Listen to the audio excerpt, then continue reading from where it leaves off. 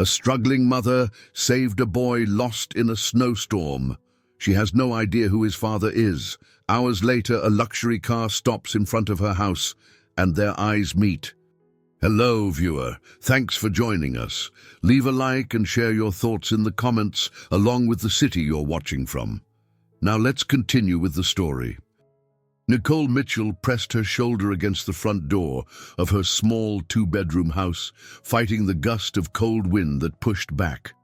Snowflakes clung to her coat and hair, leaving behind a thin, glistening layer of ice. It was nearly 8 p.m., and the Denver winter felt harsher than usual. She stomped her boots on the doormat, hoping to rid them of some of the snow and slush. Once inside, she exhaled with relief at the comforting warmth, though the old heating unit rattled with every gust of wind outside. She hung her coat on a creaky wooden hook by the door, then glanced toward the living room. Stacks of textbooks and worksheets were spread across a small desk shoved against the wall, remnants of the lessons she had prepared earlier in the day for her special education class. On the coffee table sat a few medical bills, their bright red urgent stamps, an unsettling reminder of her overdue obligations. "Mom?" called a gentle voice from the hallway. Her daughter, Carol, stepped into view, leaning slightly on a crutch. At just 10 years old, she already carried herself with a quiet resilience. She had undergone knee surgery a few months before, and while her mobility was improving, pain still lingered in her eyes on the tougher days. "I'm home," Nicole replied softly, managing a warm smile.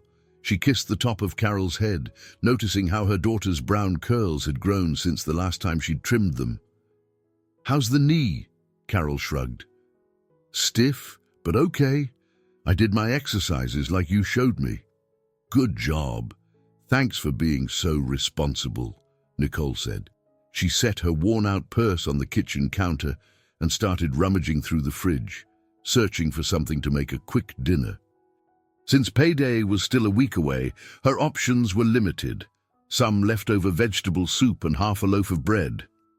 As she ladled soup into 2 bowls, her mind returned to the conversation she'd had earlier with Mrs. Thompson, the landlord, about the late rent. The older woman had been polite yet firm, reminding Nicole she was nearly 2 months behind. Nicole, a 36-year-old single mother working as a special education teacher, tried not to let the weight of her financial troubles show in front of Carol. Still, the stress was constant, creeping into her thoughts at every opportunity. "How was school?" Nicole asked, carrying the bowls to the small dining table and placing a napkin beside each one. "It was good. I finished reading that story for language arts, and I got an A on the quiz," Carol replied proudly, settling into a chair. "Mrs. Lewis told me to pass along her regards to you. She says you're one of the best special ed teachers she's ever met."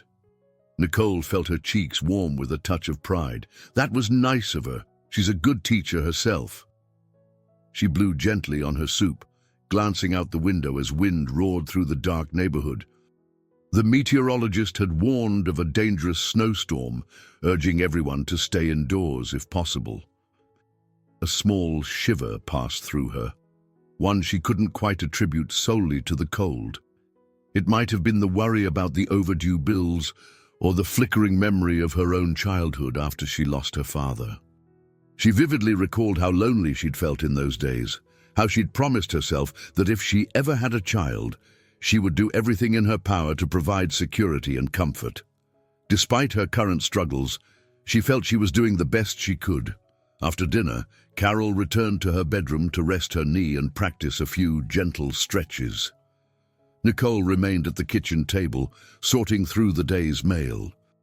Her eyes lingered on a hospital envelope containing new charges for Carol's follow-up care. She took a deep breath and resolved to talk to the hospital's billing department in the morning, hoping for a possible payment plan extension. Outside, the wind became even fiercer, rattling the windows with an unsteady rhythm. She found herself standing in the living room, gazing at the swirling snowflakes that flew past the street lamp. There was a subtle sense of unease in the air, an intuitive feeling that the night held something more than just another winter storm. She sighed, turning off the main light and leaving a small lamp on. With Carol resting, Nicole turned her attention to the scattered textbooks. Each belonged to her special education class, where her passion and creativity truly shone. She had a knack for working with children who faced communication challenges, especially those with autism or other developmental differences. The school's budget constraints made it hard to get the supplies she really needed, and she often improvised with homemade materials. Walking past the window again, Nicole paused, noticing how the wind whistled ominously. A sense of urgency pricked at the back of her mind. She decided to leave on the porch light a little longer, as if anticipating something or someone out there in the dark. She couldn't fully explain why she felt so uneasy, but she trusted her instincts. In her experience, storms sometimes brought more than cold air and ice. They could usher in unexpected moments that changed everything. She cast one final glance at the quiet street before drawing the curtains, determined to push aside her worries and get some rest. Yet in the pit of her stomach, she sensed that the calm she clung to was on the verge of shattering, and that her simple world, a world already weighted by overdue rent and medical bills, might soon be stirred by forces she could not foresee. Nicole awoke to the sound of howling wind, unsure if the noise that roused her was the storm outside or a distant cry.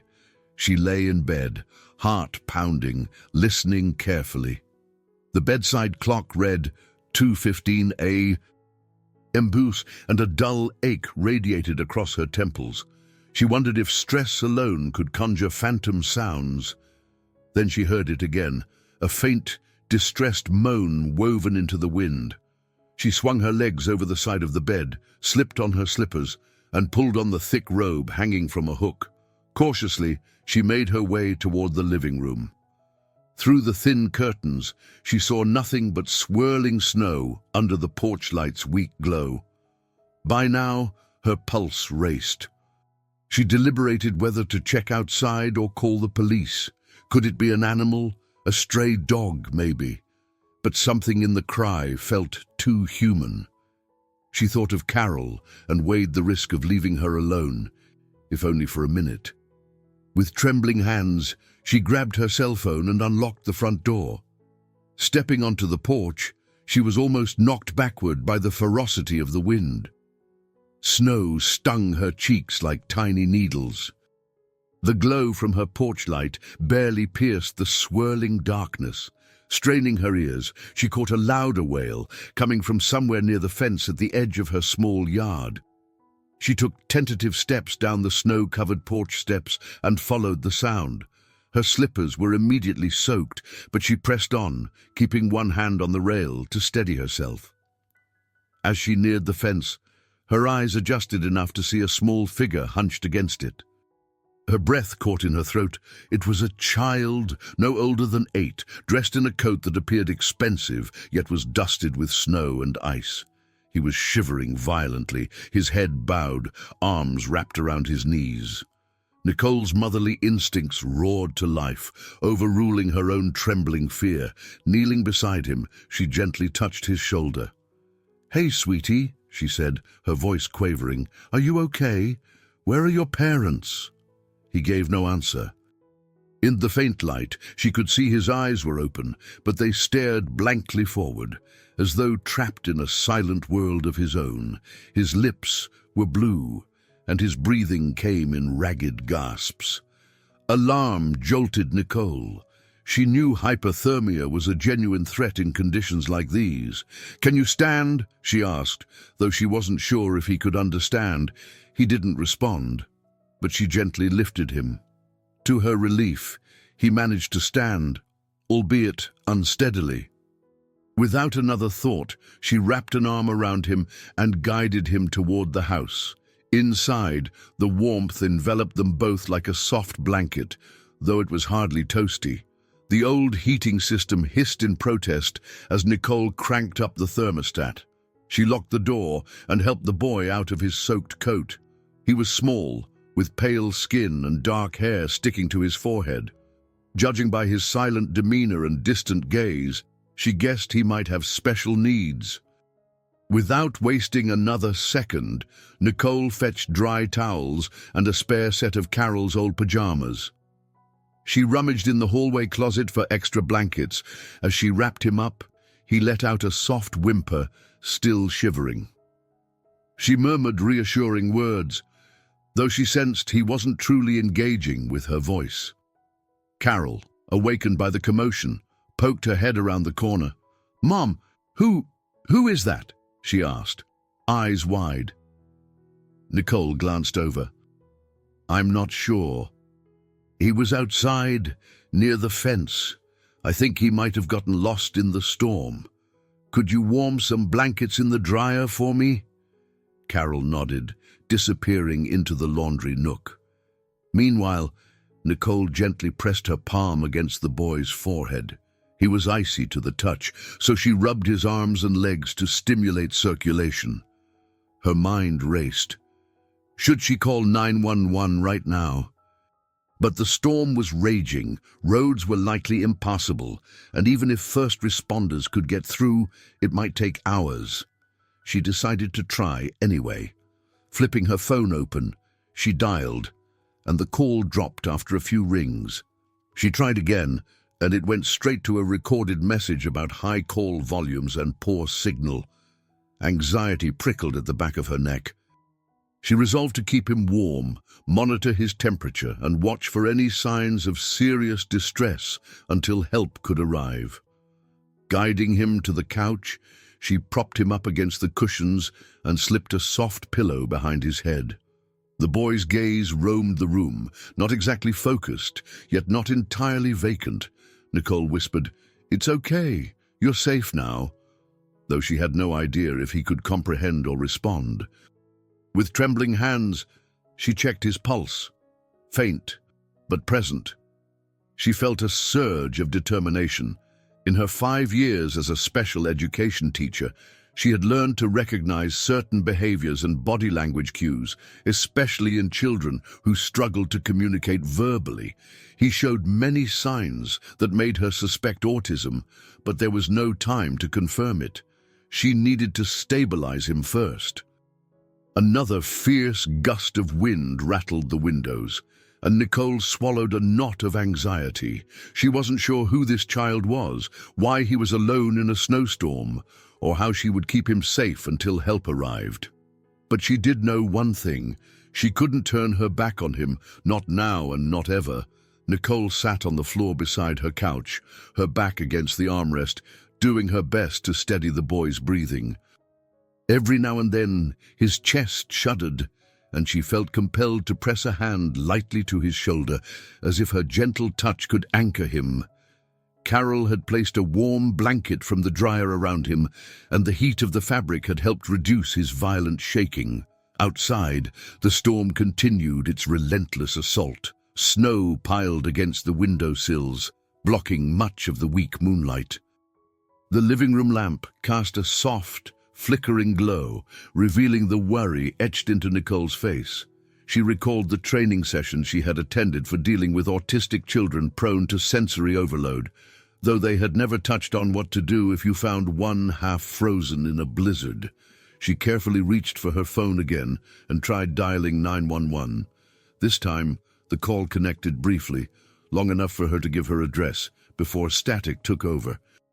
A recorded voice crackled something about emergency lines being overwhelmed, and then the call ended. Nicole slumped in frustration.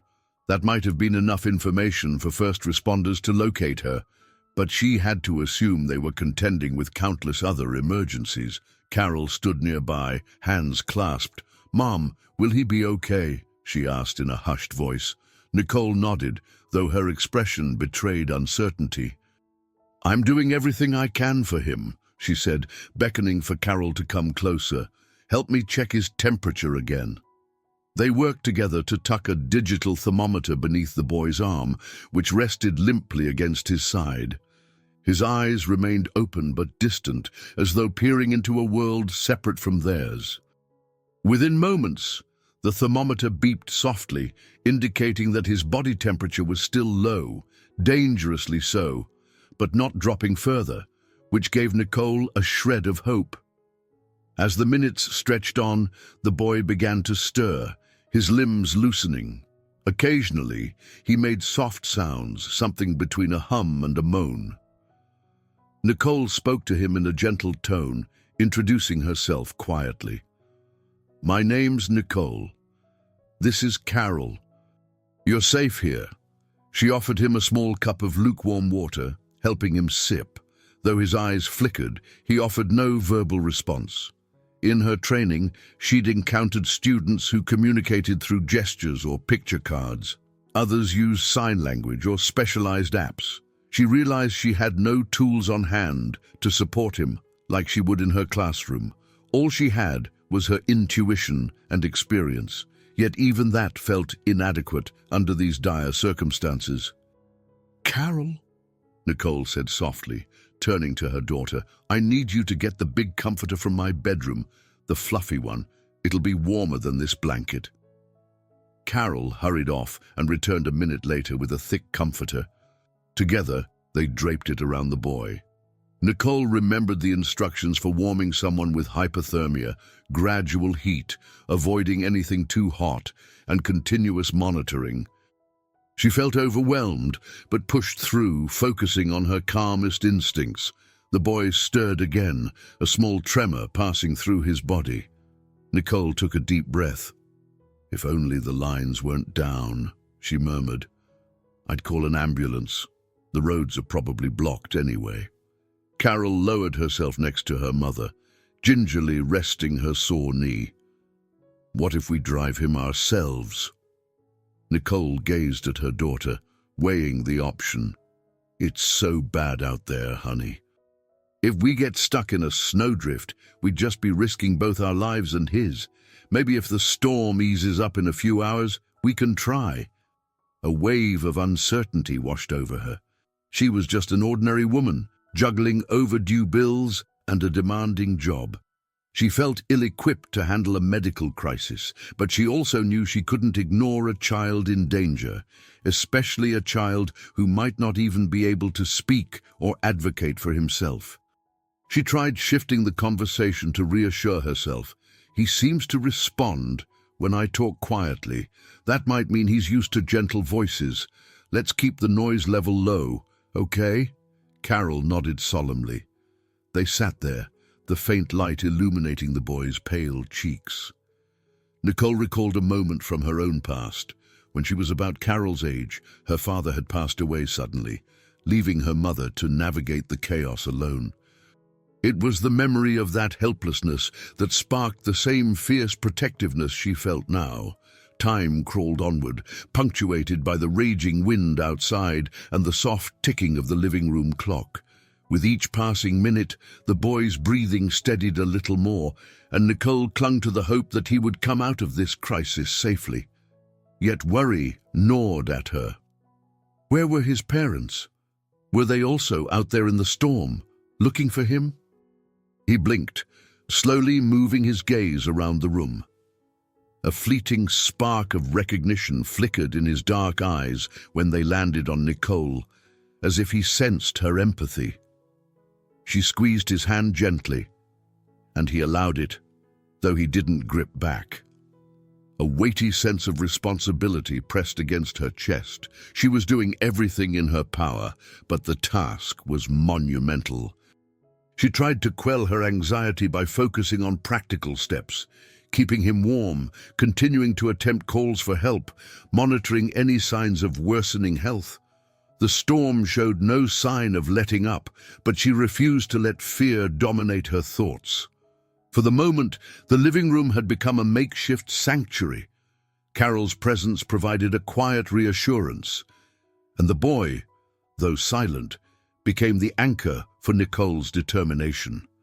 She knew, deep down, that she had to see him through this night, no matter how long the hours stretched or how fierce the storm became. Morning arrived slowly, painting the grey sky with faint streaks of light that barely penetrated the still raging storm. Nicole hadn't slept. She sat huddled by the couch, glancing at the boy whose breathing had finally settled into a calmer rhythm. Carol had dozed off against the armchair, her injured knee elevated on a pillow. The house felt quieter than usual, even with the wind rattling the walls. Nicole's thoughts buzzed. She'd been trying to call emergency services and local hospitals every hour, but the calls dropped or rang endlessly. News broadcasts played on her small TV in the background, reporting multiple road closures and accidents. Denver's mayor had declared a snow emergency, urging everyone to stay home unless absolutely necessary. She rose to stretch her stiff legs, carefully stepping around Carol. Her mind was a swirl of conflicting duties, as a mother to Carol, as a caretaker to this unknown boy, and as a teacher who should be reporting to work. She eyed her phone for any missed texts from the school district. A single message blinked. Classes cancelled due to severe weather. Small relief, but the rest of her problems remained unresolved. Noticing the boy was awake, she approached cautiously. He looked around the room, a hint of confusion in his expression. She wondered again if he had autism, his avoidance of eye contact, the muted reactions, the subtle rocking movement she'd seen him make earlier. She tried a soft greeting. "Good morning, sweetheart. Are you feeling any better?" He said nothing, only turning his head slightly to watch her. Nicole tried not to let the silence unnerve her. In her classroom, she had taught students like this, children who relied on non-verbal communication. She recalled a technique involving short, simple sentences combined with gentle gestures. Keeping her voice low, she pointed to herself. "Nicole," she said, tapping her chest. Then she pointed to Carol, still sleeping. "Carol." When she pointed to him, he merely blinked, his lips parted as though words might come but didn't. She wondered if he understood. Suddenly, he shifted, tapping his fingers against the blanket in a rapid, rhythmic pattern. Nicole recognized this as a possible stim, self-soothing behavior common in autistic children. She let him continue without interruption. Interfering might only increase his anxiety. Carol stirred, slowly opening her eyes. She spotted her mother kneeling beside the couch and pushed herself upright. "How is he?" Nicole looked back at her daughter. "Better than last night," she said softly.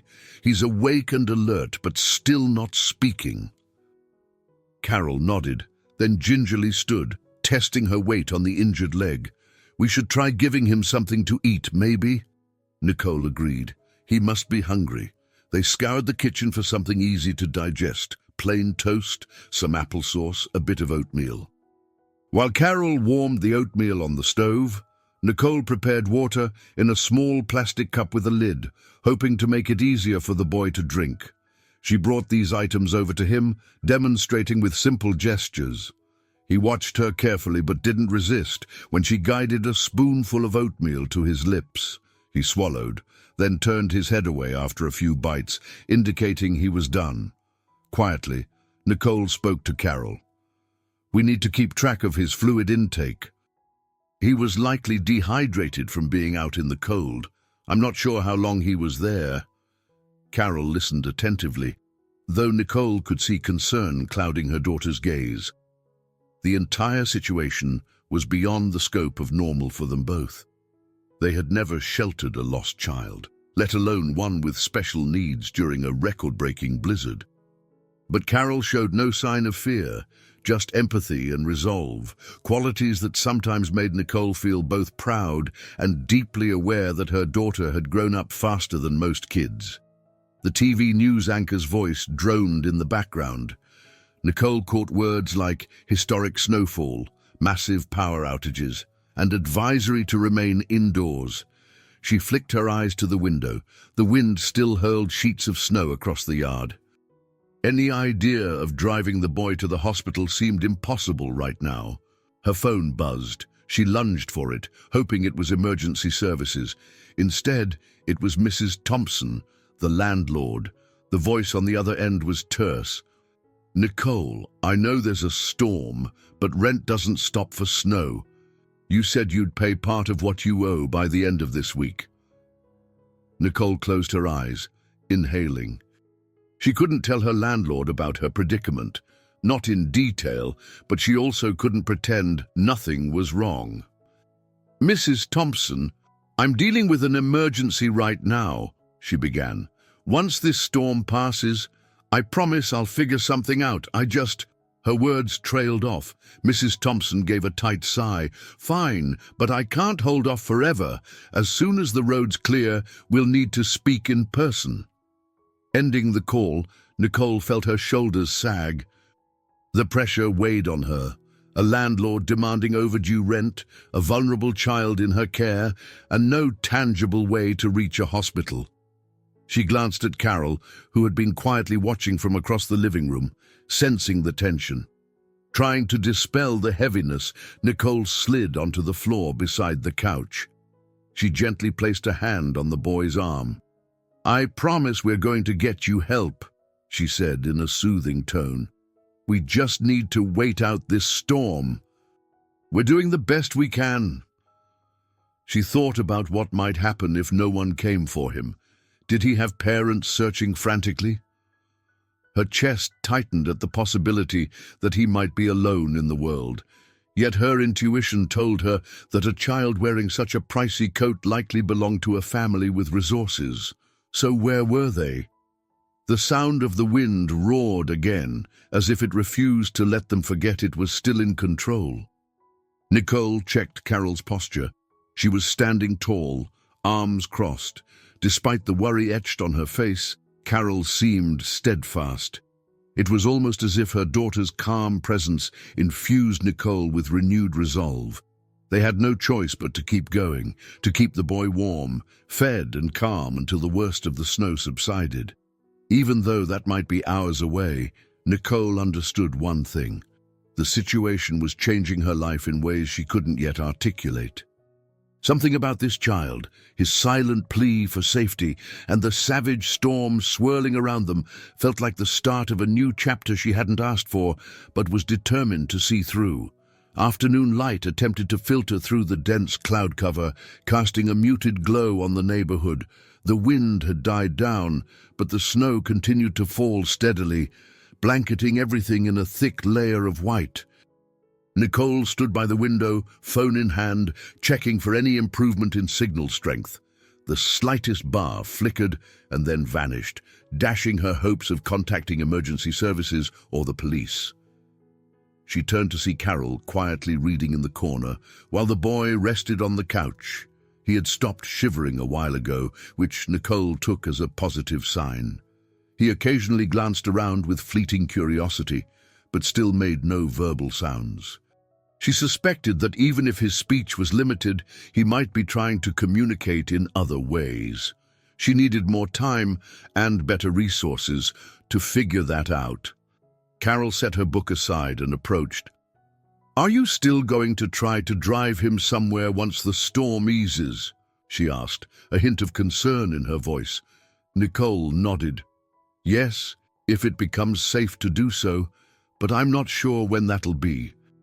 The roads are probably buried under snowdrifts." She paused, her gaze shifting to the boy. "For now, we just have to keep him comfortable. I'll keep trying to call for help, though." Her eyes fell on her daughter's leg, recalling how Carol had injured herself on the school playground 6 months ago. The memory brought back the sense of helplessness she'd felt, the fear that as a single parent she couldn't provide everything her child needed. She had to rely on a medical payment plan that was still strangling her finances. Perhaps that lingering worry fueled the protective instinct she felt now toward this lost boy. Grabbing a fleece blanket from a cabinet, Nicole moved to the couch. Gently, she laid it over the boy's legs.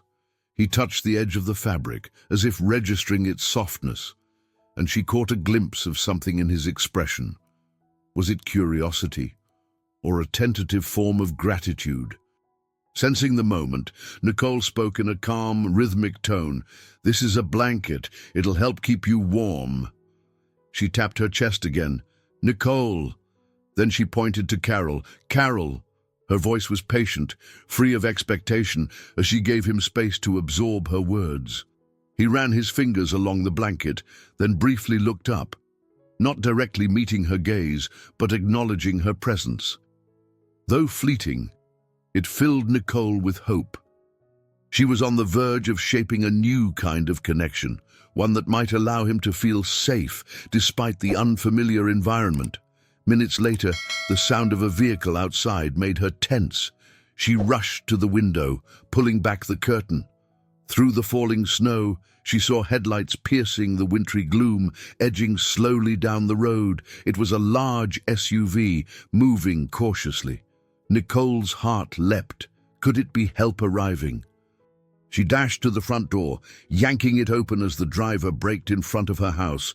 A tall man, dark hair mussed, suit jacket askew, stepped out.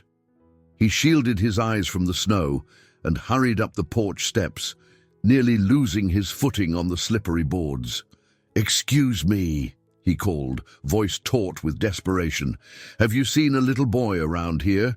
He's about 8, dark hair, wearing a black coat. I've been looking everywhere." He broke off abruptly as Nicole stared at him, her own astonishment plain. She realized that in her rush of relief, she hadn't said a word yet. Finally, she found her voice. "Is your son autistic?" she asked, tone careful but urgent. "Non-verbal, possibly." He nodded, eyes shining with worried intensity. "Yes, that's him. I've been driving through these streets for hours. He ran off during the storm. I went to the police, but they're swamped with calls.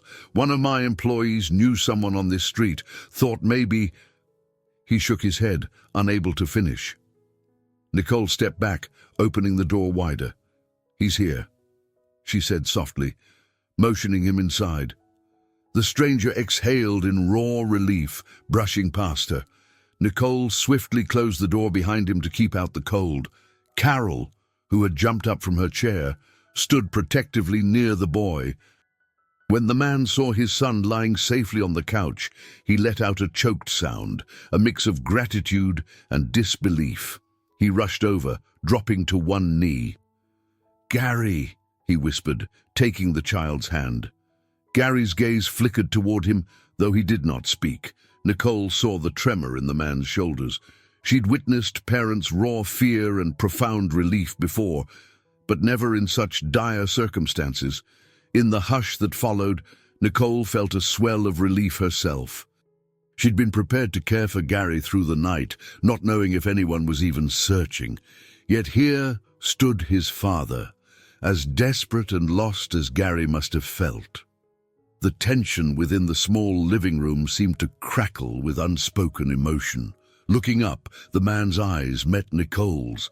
"I don't know how to thank you," he managed, voice wavering. "I'm Christian Bennett, Gary's father.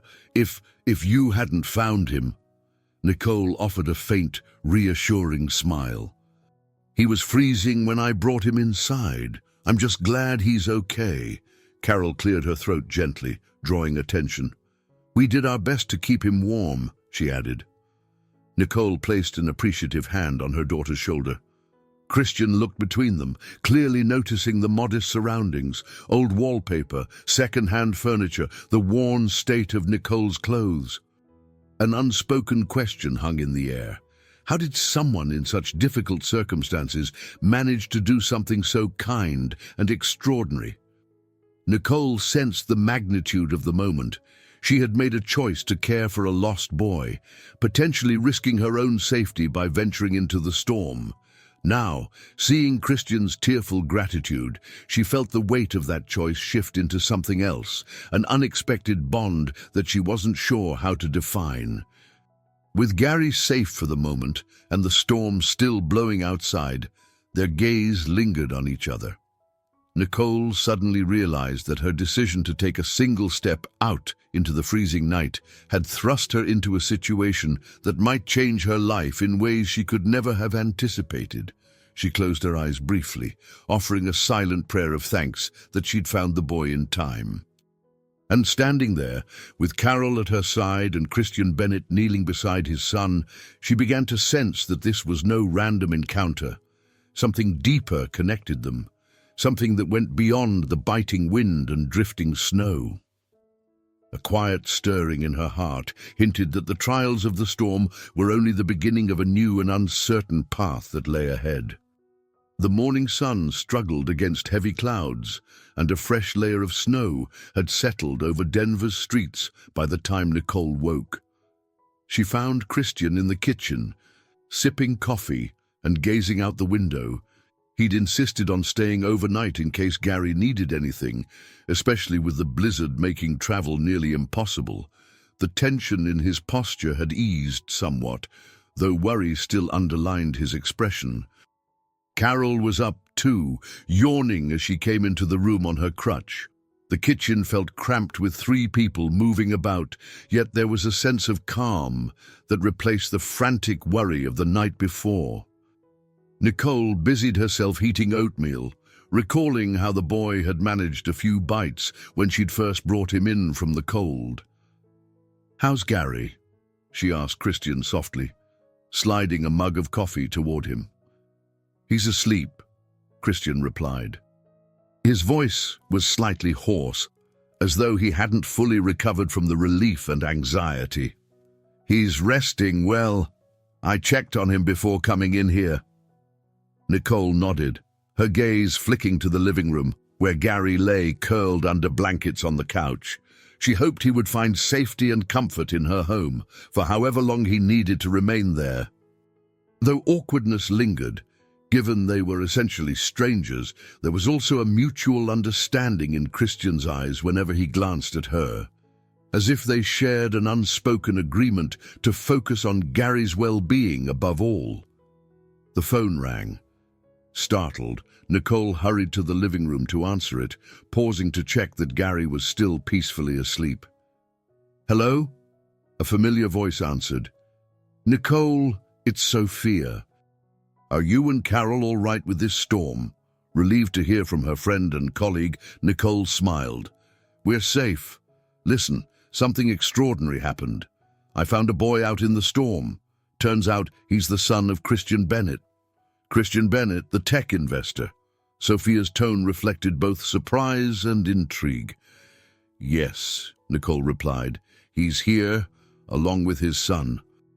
Well, Gary's asleep at the moment, but Christian stayed to make sure everything was okay." "That's something else," Sophia said, letting out a low whistle. "Look, I tried calling you yesterday, but the lines were down. I've been worried. The roads to our neighborhood are still blocked, so I'm not going anywhere soon. But what about you? Do you need anything?" Nicole leaned against the wall, eyeing Carol in the background as her daughter examined the living room tidying efforts. "We're running low on groceries, but we'll manage for now. I'm more concerned about Gary. He's non-verbal, and I suspect the transition back to his home environment could be tough after such a traumatic event. Also, Christian's a widower. He's handling a lot on his own." "I'd love to help," Sophia said kindly. "I've worked with nonverbal kids before, and remember, I'm just a phone call away. Sometimes having someone else to bounce ideas off of can make a big difference." Nicole recognized the warmth and wisdom in Sophia's words.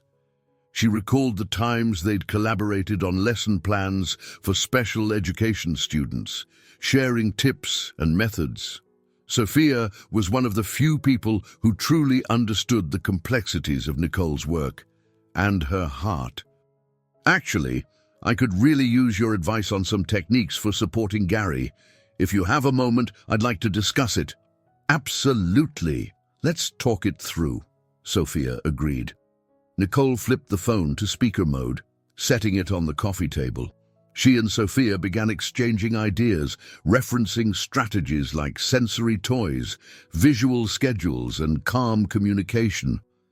Christian wandered in, listening quietly at first, but soon asking specific questions about how to manage meltdowns or encourage Gary to express his needs. Sophia's voice carried a reassuring tone. "Nicole, you have a unique gift for this. Don't doubt that.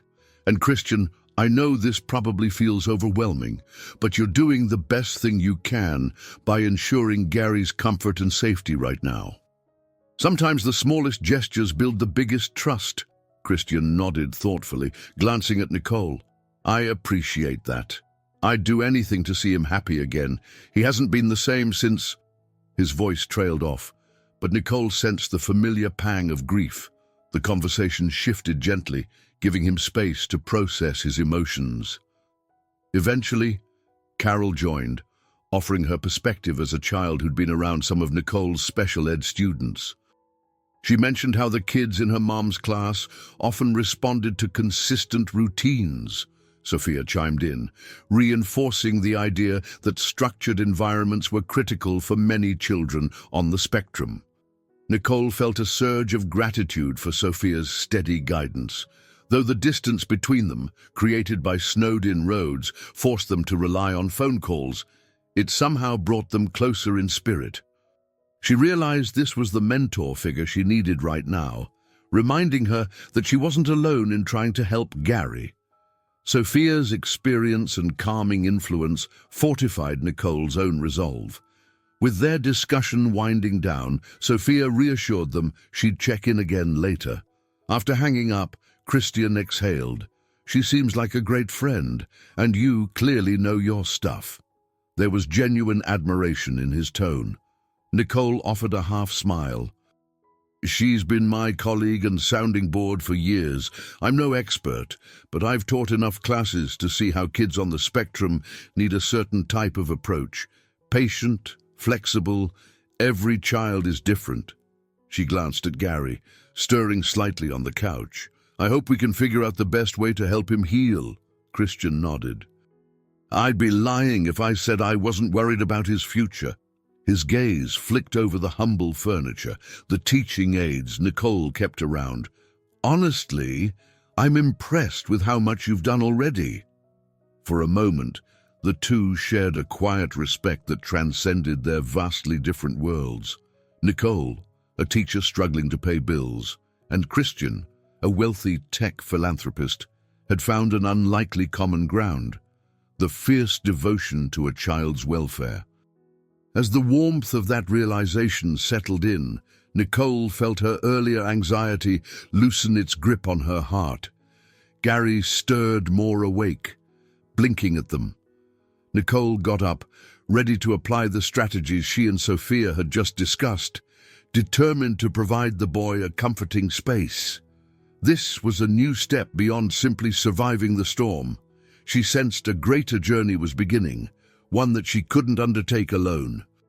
Nicole's street remained a maze of snowbanks for 2 more days, but the sky finally began to clear.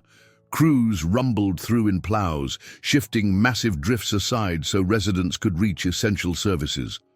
As soon as the roads were passable, Christian arranged for a private nurse and a driver to pick up Gary, hoping to ensure he received a thorough medical checkup. Nicole watched from the living room window as a sleek, dark SUV parked out front, her nerves prickling with a strange mix of relief and hesitation. Part of her welcomed the help. Gary needed professional care beyond what she could offer in her modest home. Yet she couldn't deny the pang of sadness at the thought of him leaving. The boy had grown comfortable with her and Carol, and his father seemed to trust her instincts. "I appreciate everything you've done," Christian told her when the nurse entered to examine Gary. He looked oddly formal in a crisp button-down shirt, as though bracing for a business meeting rather than a farewell. Nicole nodded. "He's a resilient kid. He made it through that storm, and he's got you." Christian's gaze faltered. "Sometimes I'm not sure I'm enough. Gary's mother passed away 2 years ago. Since then, he's had trouble connecting with anyone.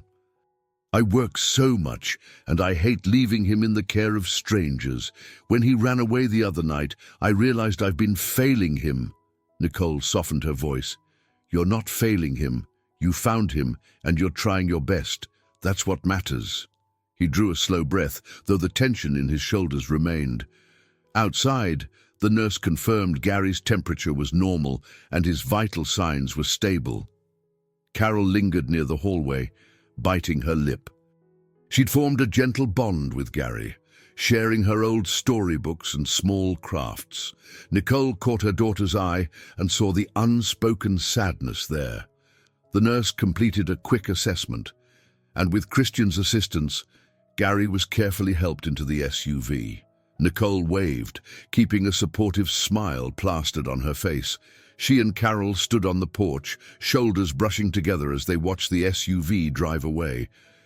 Snow crunched under its tires before it turned at the corner and disappeared. Carol exhaled shakily. "I hope he'll be okay." Nicole patted her back. "I'm sure he will."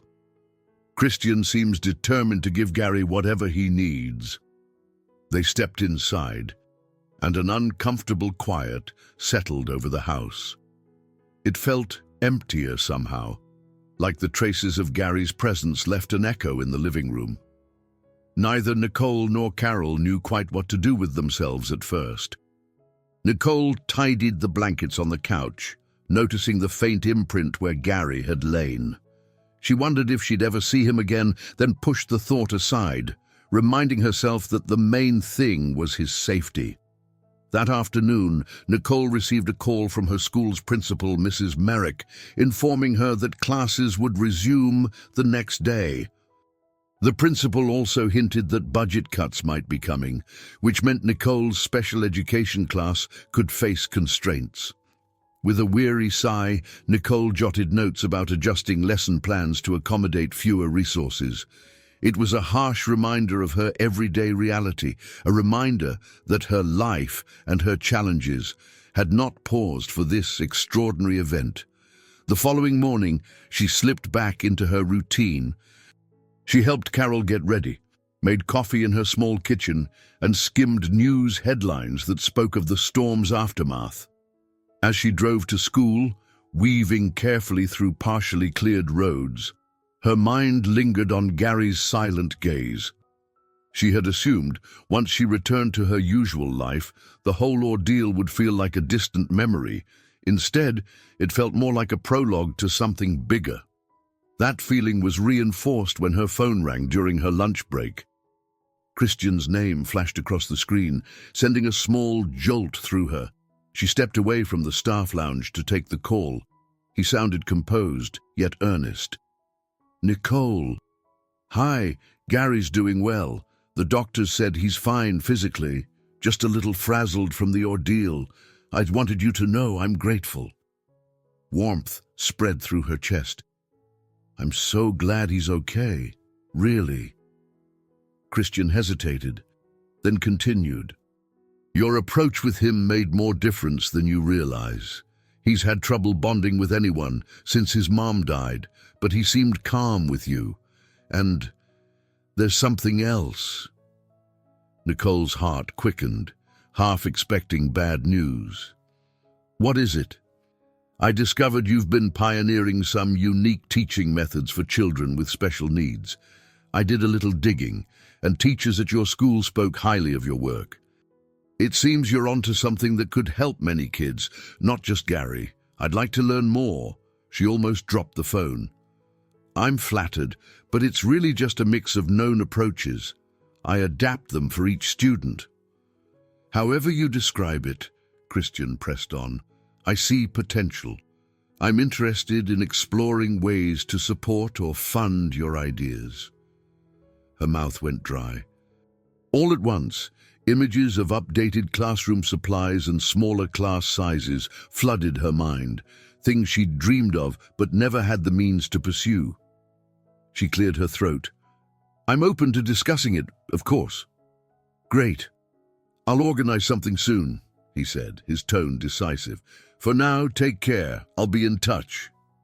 Hanging up, Nicole stared at the phone in wonder. It felt as though she was stepping out of the comfort of her normal life, one marked by financial worries and a quiet existence, into a territory that promised opportunity but also risk. A part of her wanted to retreat, to question whether any of this was real. Another part, the part that recognized the power of bringing real change to kids like Gary, urged her to move forward. She gathered her things and headed to her next class, mind whirling with possibility. There was no turning back. The ordinary world she knew had already started to fade in the rearview mirror. The weather had stabilized by the time Christian scheduled a meeting at a downtown Denver cafe. Nicole arrived early, hands clutching a small folder filled with notes and printouts of her teaching materials. The cafe buzzed with conversation and clinking cups, its warm light and modern decor a stark contrast to the stark winter outside. She seldom ventured to this side of town, a financial district dotted with high-rises, designer boutiques, and restaurants she usually considered out of her budget. She settled at a corner table, trying to steady her nerves. Her reflection in the gleaming window revealed a woman of 36, who looked both hesitant and intrigued. Her practical outfit, a modest sweater and slacks, felt slightly out of place among patrons in tailored suits and polished shoes. She reassured herself that she belonged here for the sake of her students. Christian arrived a few minutes later, removing a sleek overcoat that dusted fresh snow onto the floor. He wore a neatly pressed shirt and slacks, but he offered a genuine smile that eased some of Nicole's anxiety. "Thanks for coming," he said, sliding into the seat across from her. "I ordered us coffee. Hope that's all right." "That's perfect," Nicole replied, fighting the urge to glance around nervously. "I brought some materials to show you. It's mostly outlines of how I adapt different techniques for my students on the spectrum." Christian leaned in, his attention fully on her. "I'd love to see them. Also, I invited someone who works with me to join us. He's an educational consultant I hired after Gary's diagnosis. He's been researching effective strategies for years." Nicole nodded, rearranging her folder. A moment later, a tall, slightly older man with thinning grey hair approached. He smiled politely, extending his hand. "Morning, Miss Mitchell. I'm Dr. Leonard Jackson. I've heard good things about your work." She shook his hand, heart fluttering with a mix of pride and apprehension. "Please, call me Nicole." "It's a pleasure to meet you." They settled around the table, coffees arriving with a swirl of steam. Nicole spread out copies of her lesson plans. She showed them how she used visual aids tailored to each child's specific interests, short video clips to reinforce routine in and tactile objects for sensory regulation. Christian listened with rapt attention, occasionally looking to Dr. Jackson for insight. "This is impressive, Doctor," Jackson noted, tapping a page that detailed a music-based approach Nicole developed. "Did you study music therapy?" "Not formally," Nicole admitted.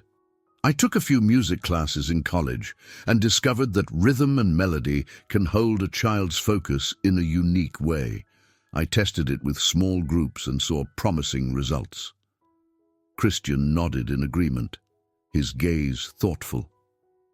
"Gary reacts positively to music, especially repetitive, soothing melodies. It's often the only thing that calms him during his more intense sensory episodes." Nicole offered a small smile. "I've noticed that's a common thread for many autistic children. Predictable rhythms can be grounding." Dr. Jackson cleared his throat, leaning back in his chair. "I see real potential in implementing these approaches more broadly.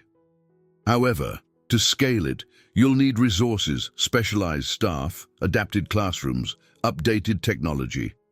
Christian exchanged a knowing glance with him, then turned to Nicole. "Which leads me to why I asked for this meeting.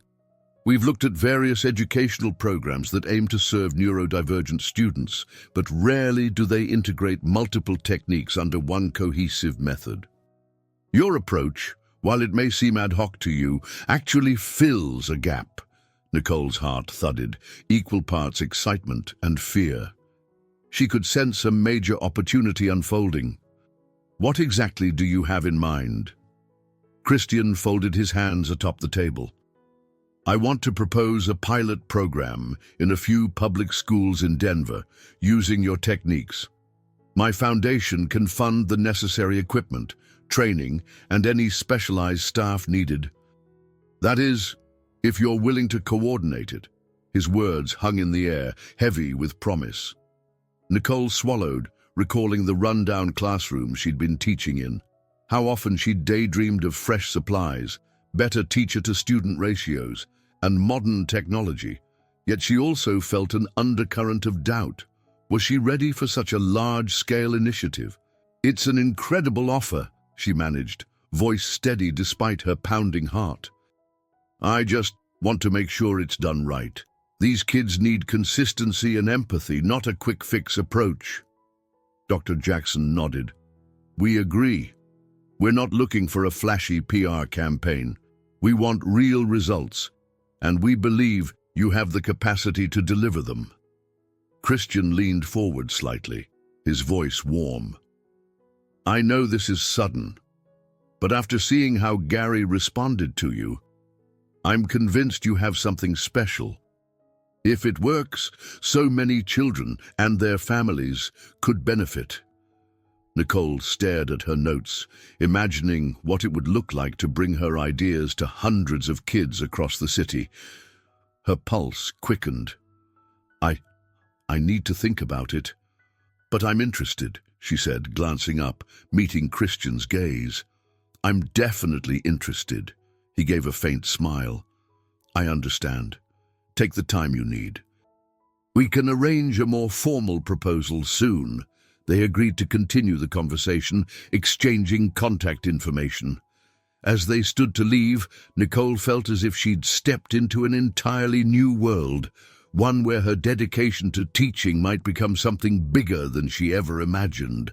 The cold air greeted them outside, a reminder of the city's frigid winter. But as Christian hailed a cab for Dr. Jackson, and they said their goodbyes, Nicole's mind raced with possibilities. She sensed a thrill, a spark of hope that could challenge every doubt she'd carried.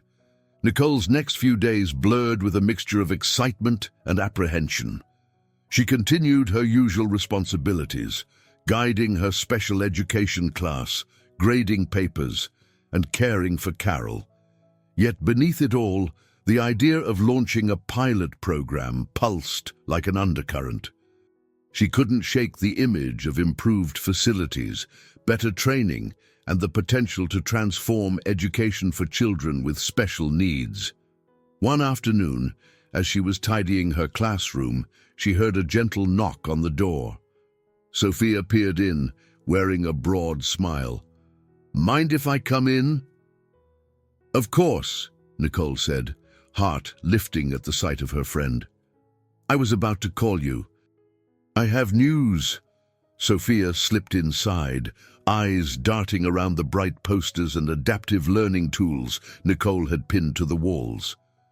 Looks like you're as prepared as ever. So, spill, what's going on? Nicole explained the encounter with Christian and Dr. Jackson, her voice brimming with excitement and a hint of anxiety. She outlined the pilot program idea, how it could bring new resources to underfunded schools and implement the blend of methods she'd been crafting for years. When she finished, Sophia's grin widened. Nicole, this is amazing. You've always said if you could just have the support, you'd revolutionize how kids with autism are taught. I know, Nicole admitted, chewing her lower lip, but it feels so big. What if I fail? What if I let everyone down? Sophia placed a firm hand on Nicole's shoulder. You won't fail. You'll learn, adapt, and keep pushing forward. That's what you do. And consider this. If you do nothing, you'll always wonder what might have been. Nicole smiled, warmed by her friend's unwavering faith. That's true. Honestly, I'm more worried about juggling everything. Carol's health, my own finances. I'm already behind on rent. How can I invest the energy needed to run a pilot program? Maybe this program could help you financially in the long run, Sophia pointed out. You'd likely be offered a coordinator's salary. Plus, Christian Bennett doesn't strike me as the sort of man who ignores the personal struggles of someone he's depending on. Nicole flushed slightly, remembering Christian's concerned expression whenever he'd glimpsed the realities of her modest life. He did mention wanting to ensure I wasn't burdened, but still, I don't want to take advantage, Sophia chuckled. That's what's charming about you. You never assume you're entitled to help, but sometimes you have to accept it. They discussed the logistics until the hallways emptied. Eventually, Nicole locked the classroom and the two friends headed out together. As they passed through the school's front entrance, they were greeted by a small group of parents waiting in the lobby. One mother, whose child was on Nicole's caseload, approached. "Ms. Mitchell?" the woman said, holding her second grader's hand. "I just wanted to say thank you. My son made such progress this semester. He's using picture cards now, and he's talking more at home." Nicole bent to greet the boy, who responded with a shy smile. "I'm so proud of you," she told him. The mother expressed gratitude again, then left, her child happily chattering about something that made little sense to the untrained ear, but sounded like music to Nicole.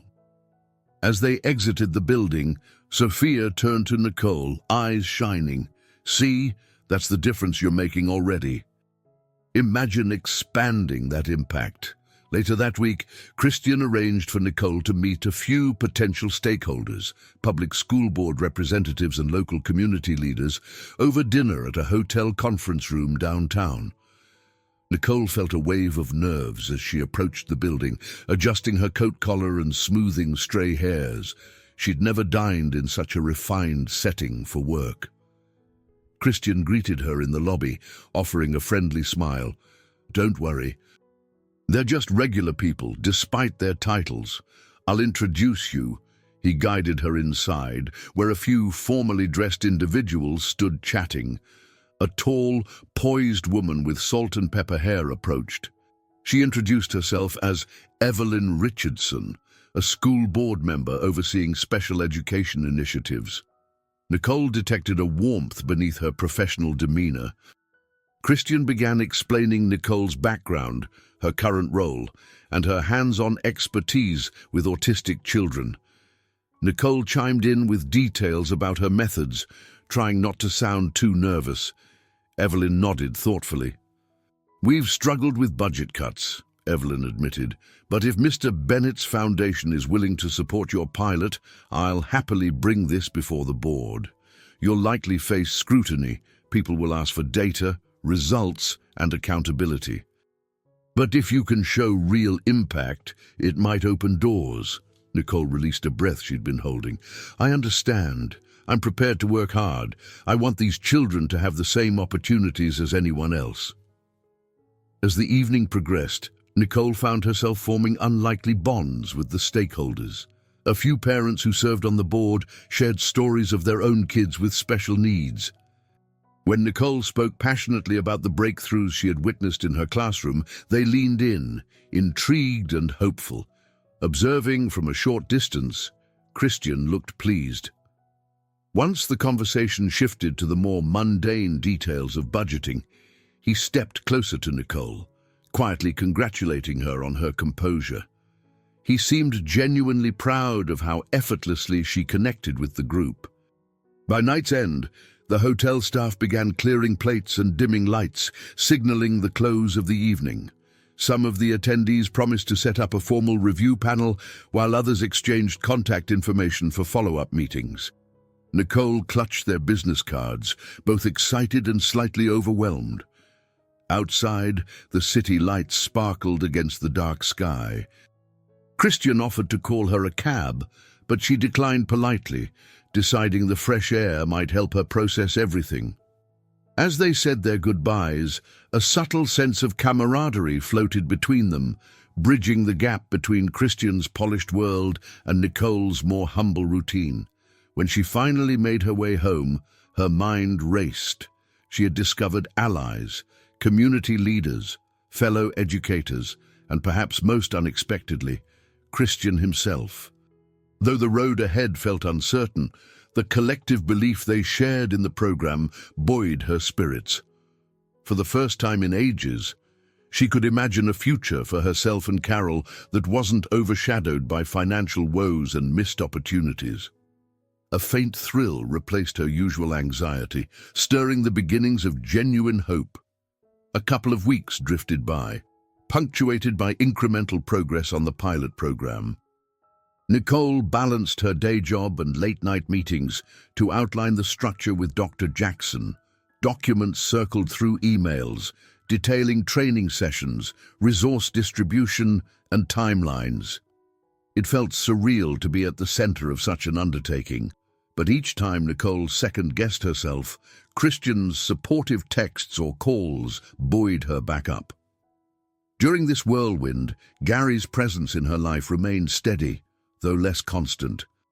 Christian arranged for Nicole to spend time with his son on Saturdays, an opportunity for Gary to practice communication exercises and for Nicole to observe his progress. Some sessions took place in the playroom at Christian's large house in a quiet Denver suburb. The first time Nicole arrived, she parked her aging sedan beside his immaculate SUV and exhaled. A grand Victorian-style home loomed before her, complete with a long driveway and tall hedges. She reminded herself she wasn't here to scrutinize Christian's wealth, but to help Gary. Still, the discrepancy in their lifestyles felt jarring. Christian greeted her warmly at the door, wearing casual jeans and a relaxed sweater. He led her through a spacious foyer with gleaming hardwood floors, past a living room adorned with tasteful artwork. Nicole's eyes darted across it all, and she couldn't help but think how different this was from her modest home. Yet Christian's demeanor remained gracious and unassuming. He guided her to a bright room full of natural light. A soft rug covered most of the floor, and shelves lined the walls, holding everything from sensory toys to puzzles and books. Gary sat on a colorful beanbag, gently pressing his fingertips against a tablet that displayed simple images. He glanced up when they entered. While he didn't speak, his eyes held a calm recognition. Nicole smiled gently. "Hey there, Gary. It's good to see you." She knelt down, offering him a small box of textured blocks. She tapped one, showing him the ridged surface. "Remember these? I brought them from my classroom. You liked them last time." He reached out, took one block, and started examining it with meticulous curiosity. A wave of relief washed over her. He was open to engaging, which was always a positive sign. Christian hovered by the doorway. "Let me know if you need anything." "I'll give you two some space," she nodded, setting up a simple sorting activity. Gary focused intently, occasionally humming. Nicole observed that he seemed less anxious than the day she found him in the storm. His hands trembled a bit, but he never seemed on the verge of a meltdown. Every so often, Gary would look up, meeting Nicole's gaze for the briefest moment before shifting back to the blocks. She encouraged him with soft praise and gentle guidance. The session passed quickly, culminating in a short break where she introduced a familiar tune on her phone, a melodic lullaby she'd used in her lessons before. Gary perked up, gently swaying in time with the song. Afterward, Christian returned, quietly amazed at how responsive Gary had been. "He's definitely more relaxed than usual," he commented, eyeing his son's comfortable posture. "I rarely see him this at ease with people outside our immediate circle." Nicole shrugged, though a small flush of pride tinged her cheeks. "It's a process. He's getting used to me. Trust is key, especially for kids on the spectrum who are nonverbal." Christian sighed, glancing at Gary. "I wish I could give him more time. My work schedule is insane, and I worry about missing these small moments of progress." She sensed the guilt in his voice. "You're here now. You're doing your best," she said gently. "Maybe once the pilot program starts, we can incorporate some of these techniques into your home routine, or train whoever's caring for him when you're away." They chatted about the upcoming pilot program and ways to integrate technology tailored for autistic students. Christian mentioned a new partnership with a software firm that specialized in communication apps. Nicole listened eagerly, floating ideas for customizing the app to suit different learning levels. After wrapping up the session, Christian suggested they all share a quick lunch in the kitchen. Nicole and Gary followed him through the house, stopping briefly to allow Gary to pick up a plush toy from a hallway shelf. When they reached the kitchen, spacious and gleaming with stainless steel appliances, Christian prepared sandwiches, passing one to Nicole. Over the meal, they talked about Carol and how she was recovering well from her knee surgery, finding new interests in art projects at school. Christian mentioned how he used to paint with his late wife in a small studio space, and a wistful look crossed his face. The conversation moved from the practical pilot program logistics and Gary's therapy sessions to more personal reflections about family, loss, and resilience. Something in the air felt easy, unforced. Nicole found herself laughing at a small joke Christian made about being hopeless in the kitchen. Gary calmly nibbled on bread, occasionally eyeing the adults with curiosity, as if trying to decode their banter. When it was time for Nicole to leave, she noticed Gary watching her pack her materials. She offered him a soft farewell, patting his hand gently. He didn't speak, but his calm demeanor said enough. Stepping back into her car, Nicole reflected on how, in a few short weeks, her life had intertwined with Christian's in ways she never imagined. They were linked by a shared purpose, helping Gary, and by extension, helping a multitude of other children. Nicole's growing confidence in the pilot program faced its first jolt when she received an unexpected call from her school's director, Mrs. Merrick. She had just finished teaching a morning class and was tidying up art supplies when her office phone rang. The uneasy tone in Mrs. Merrick's voice made Nicole's stomach clench. "Nicole, would you mind stopping by my office when you have a moment?" came the measured request. "We need to discuss your involvement with Mr. Bennett's initiative." Heart pounding, Nicole set the supplies aside and made her way to the office.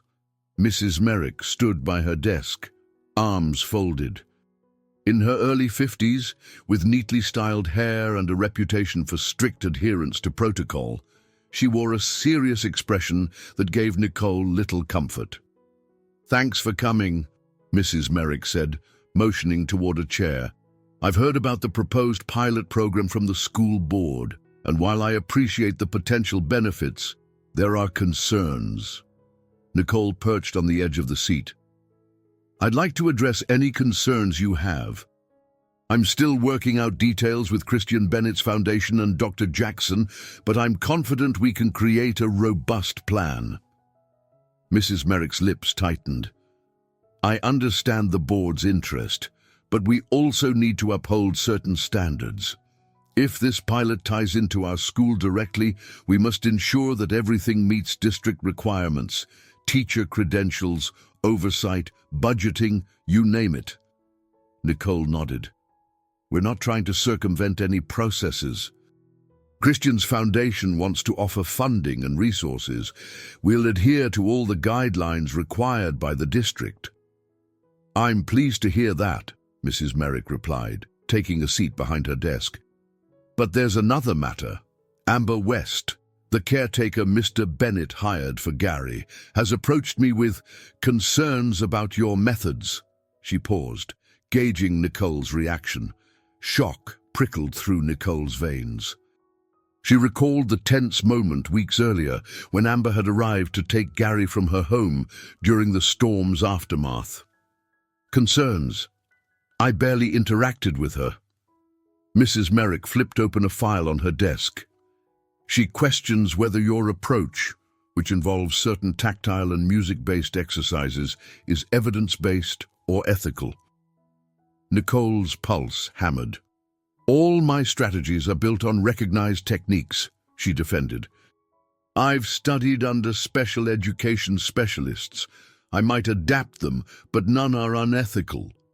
Mrs. Merrick folded her hands. I'm not accusing you of wrongdoing, but Amber insisted on filing a complaint with the school. She claims you might be exploiting the situation for personal gain, that you're ingratiating yourself with Mr. Bennett for financial or career benefits. Heat flared in Nicole's cheeks. That's not true, she said, trying to keep her voice level. I'm doing this to help children like Gary. Yes, there's potential for me to be compensated for coordinating the program, but it's not my motive. Mrs. Merrick exhaled slowly. I figured as much. However, these accusations could sow doubt among staff and parents, especially if Amber pursues them vigorously. Mr. Bennett has a lot of influence. Some view that as positive, others see it as a threat to public education's independence. Nicole rubbed her temples, feeling the stirrings of a headache. Is there a formal process to address these complaints? Mrs. Merrick nodded. Yes, we'll investigate. We'll collect testimonials, look at your track record, speak with parents. But I suggest you tread carefully. Public perception matters, and if Amber is determined, she could make things difficult. Rising from the chair, Nicole steadied her voice. I understand.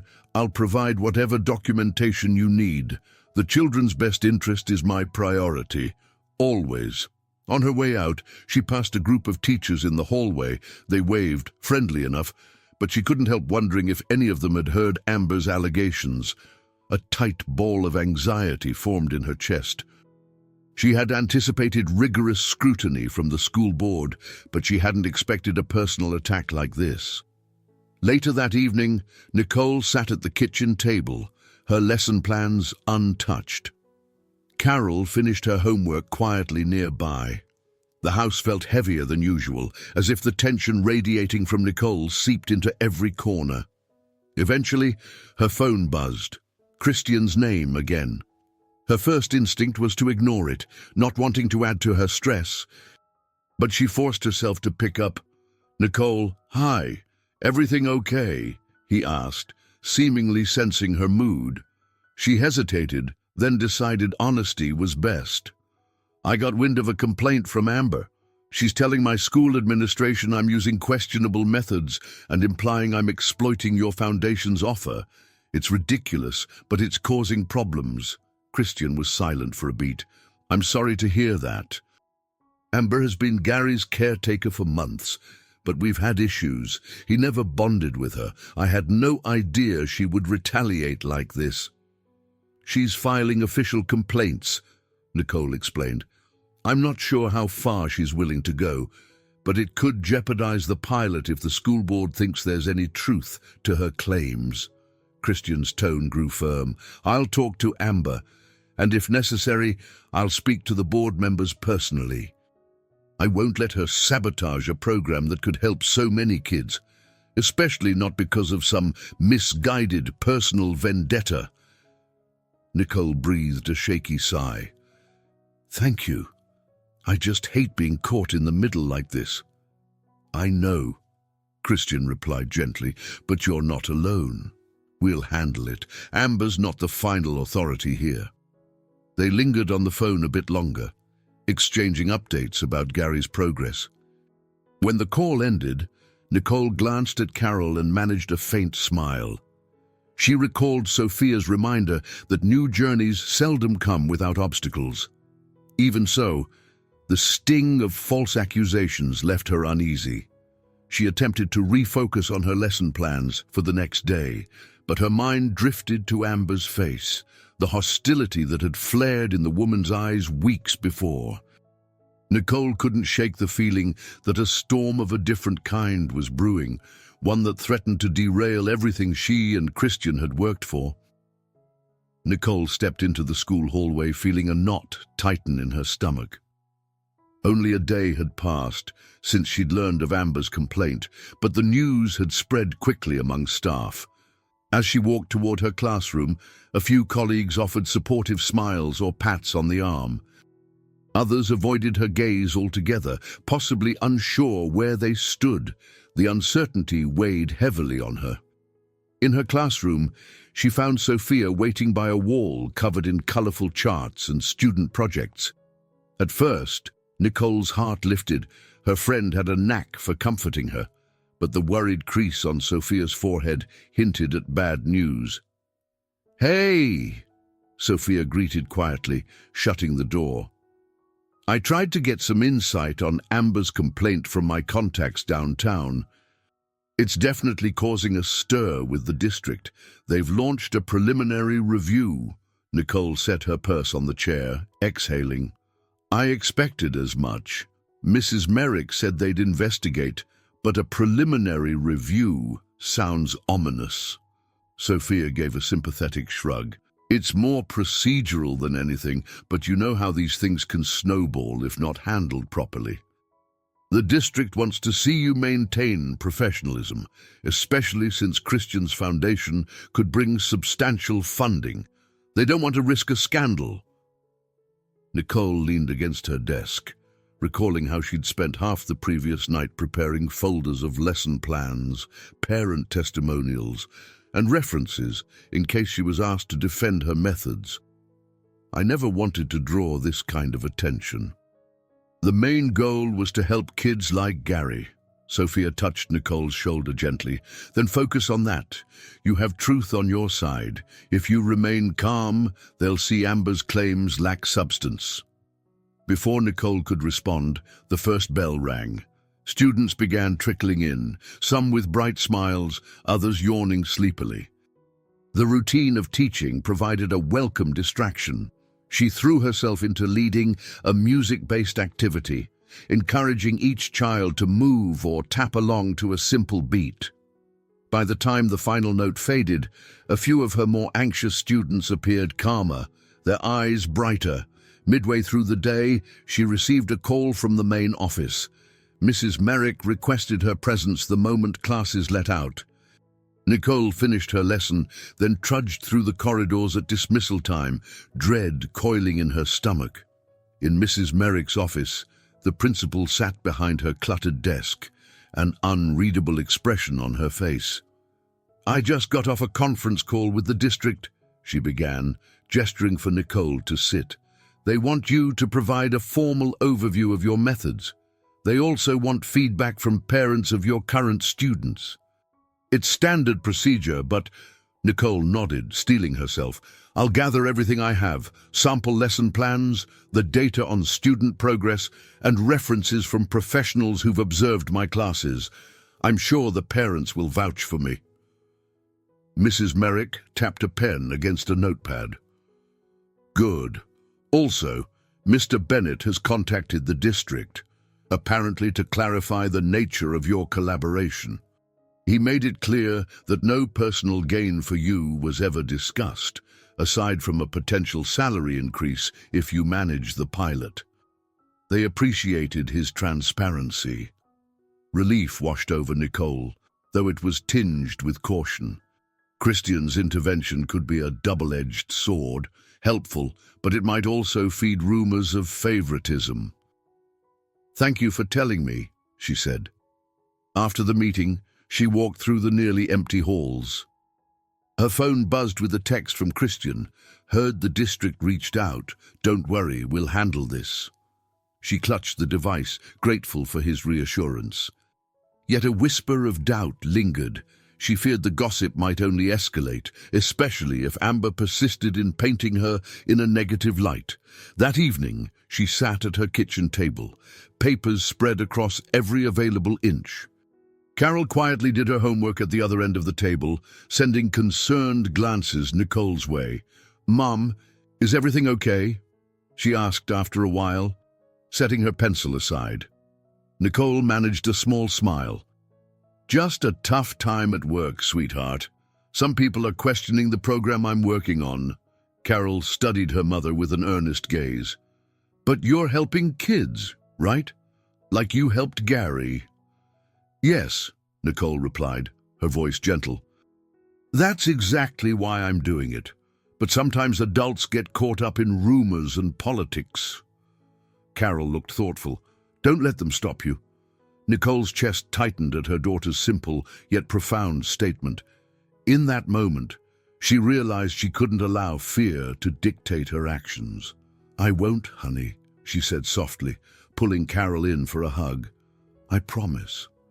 She stayed up late, compiling letters from parents who praised her individualized approaches. She found an old email from a parent whose child had been nonverbal for years, yet started speaking simple words after a semester in Nicole's class. Rereading these testimonies renewed her conviction. Her phone lit up at midnight, another message from Christian, asking if she needed anything. She typed back a quick note assuring him she was prepared, though her heart still fluttered with apprehension. At least he was on her side. Tomorrow would bring fresh questions and possibly more challenges. Yet, as she gathered the documents that proved her commitment and success, Nicole felt a surge of determination. She reminded herself that this was all for the children who needed a voice, children like Gary who depended on people willing to champion them despite bureaucratic hurdles. Nicole arrived early at school, her portfolio of evidence clutched in her arms. A biting wind swept through the parking lot, rustling the papers precariously. Once inside, she hurried to the conference room where the district-appointed investigator, Ms. Hampton, was waiting. A slight woman in her mid-40s, Ms. Hampton wore glasses perched on the bridge of her nose and exuded an aura of meticulous efficiency. "Ms. Mitchell?" Mrs. Hampton greeted politely. "I appreciate you coming in before classes." "This shouldn't take long." Nicole settled into a chair, trying to keep her nerves in check. "I understand. I want to clarify anything you need." Ms. Hampton flipped open a folder. "Let's begin with your background, your special education certification, practical experience, and any additional training you've pursued." Nicole handed over copies of her credentials, along with printouts of workshops and seminars she'd attended. She explained her hands-on experience in adaptive teaching. Ms. Hampton jotted notes, occasionally humming in acknowledgement. Then she asked more pointed questions. "Do you have a personal relationship with Mr. Christian Bennett that extends beyond a professional scope?" The question felt like a punch to Nicole's gut. She recognized the implication. She steadied her voice. "We've become acquainted through his son, Gary, who's in need of specialized educational approaches. But it's strictly focused on ensuring Gary's well-being, and now, potentially, helping other children through the pilot program." Miss Hampton nodded, her tone neither accusatory nor comforting. "And the allegations made by Amber West." Nicole inhaled slowly. "I can't speak to her motives, but her claims are inaccurate. My teaching methods are grounded in recognized strategies. There's nothing unethical or exploitative about them. She only saw me interact with Gary briefly, in a crisis situation. I doubt she has enough context to judge my methodology." Mrs. Hampton closed her folder. "We'll be speaking to parents, staff, and possibly Mr. Bennett himself. This is all routine procedure. If your methods are as you say, you have nothing to worry about." It felt like a dismissal, so Nicole thanked her and stood to leave. On her way to her classroom, she noticed Amber in the hallway. The caretaker stood near the staff lounge, talking to a couple of teachers who seemed uncomfortable in her presence. Her gaze flicked to Nicole, a hint of something smug curling her lips. Nicole forced herself to walk past without a word, though her heart pounded. A short while later, during a break, Sophia appeared in Nicole's classroom. "I passed Amber in the corridor," she muttered, rolling her eyes. "She's definitely stirring trouble. I overheard her telling Mr. Daniels that you're blinded by Christian's money." Nicole's jaw tightened. It's infuriating. She has no idea the sacrifices we make as teachers, barely able to cover rent and medical bills. If I wanted money, I'd have chosen a different career. Sophia laid a comforting hand on Nicole's arm. You're doing the right thing no matter what she says. Besides, there's no direct proof of wrongdoing. It's just her word against your track record. That afternoon, Nicole found some solace in her students. One boy named Dylan, who often struggled with focusing on tasks, responded remarkably well to the tactile block activity she'd borrowed from her sessions with Gary. Dylan's mother, Ms. Reeves, stopped by during dismissal. I can't believe the improvement I'm seeing at home, Ms. Reeves said, eyes shining. He's more engaged, even telling me about small parts of his day. Whatever you're doing, thank you. Nicole felt tears sting her eyes. I'm so glad to hear that. He's a bright kid, just needs the right approaches. Miss Reeves offered a warm smile. I heard about the new program you might start with that philanthropist. If you need any parent testimony, I'm happy to share Dylan's progress. Relief and gratitude flooded Nicole. I might take you up on that. Thank you. Late that evening, Nicole found herself at home, reviewing a stack of letters from other grateful parents. She smiled over each heartfelt note, letting their words fortify her resolve. Carol sat in her bedroom working on a school project, humming a tune Nicole had introduced to her students earlier in the week. Eventually, Nicole's mind drifted to memories from her own childhood. She recalled how lost she'd felt after her father's death, how she'd struggled to stay afloat while her mother juggled jobs to pay bills. Perhaps that was why she felt such a fierce calling to help children, especially those who lacked a clear voice. A longing to protect them from loneliness and misunderstanding burned in her heart. Outside, the wind rustled again, but Nicole barely noticed. She was deep in thought about her past, about Gary, about the potential of the pilot program. Amber's accusations loomed like a dark cloud, but she clung to the knowledge that her intentions were pure. If she had to prove that to the entire district, she would. The following week brought the kind of challenge Nicole had hoped to avoid. A formal hearing in front of a small district panel, part of the ongoing investigation. She arrived at the district's administrative building under grey skies, nerves on edge.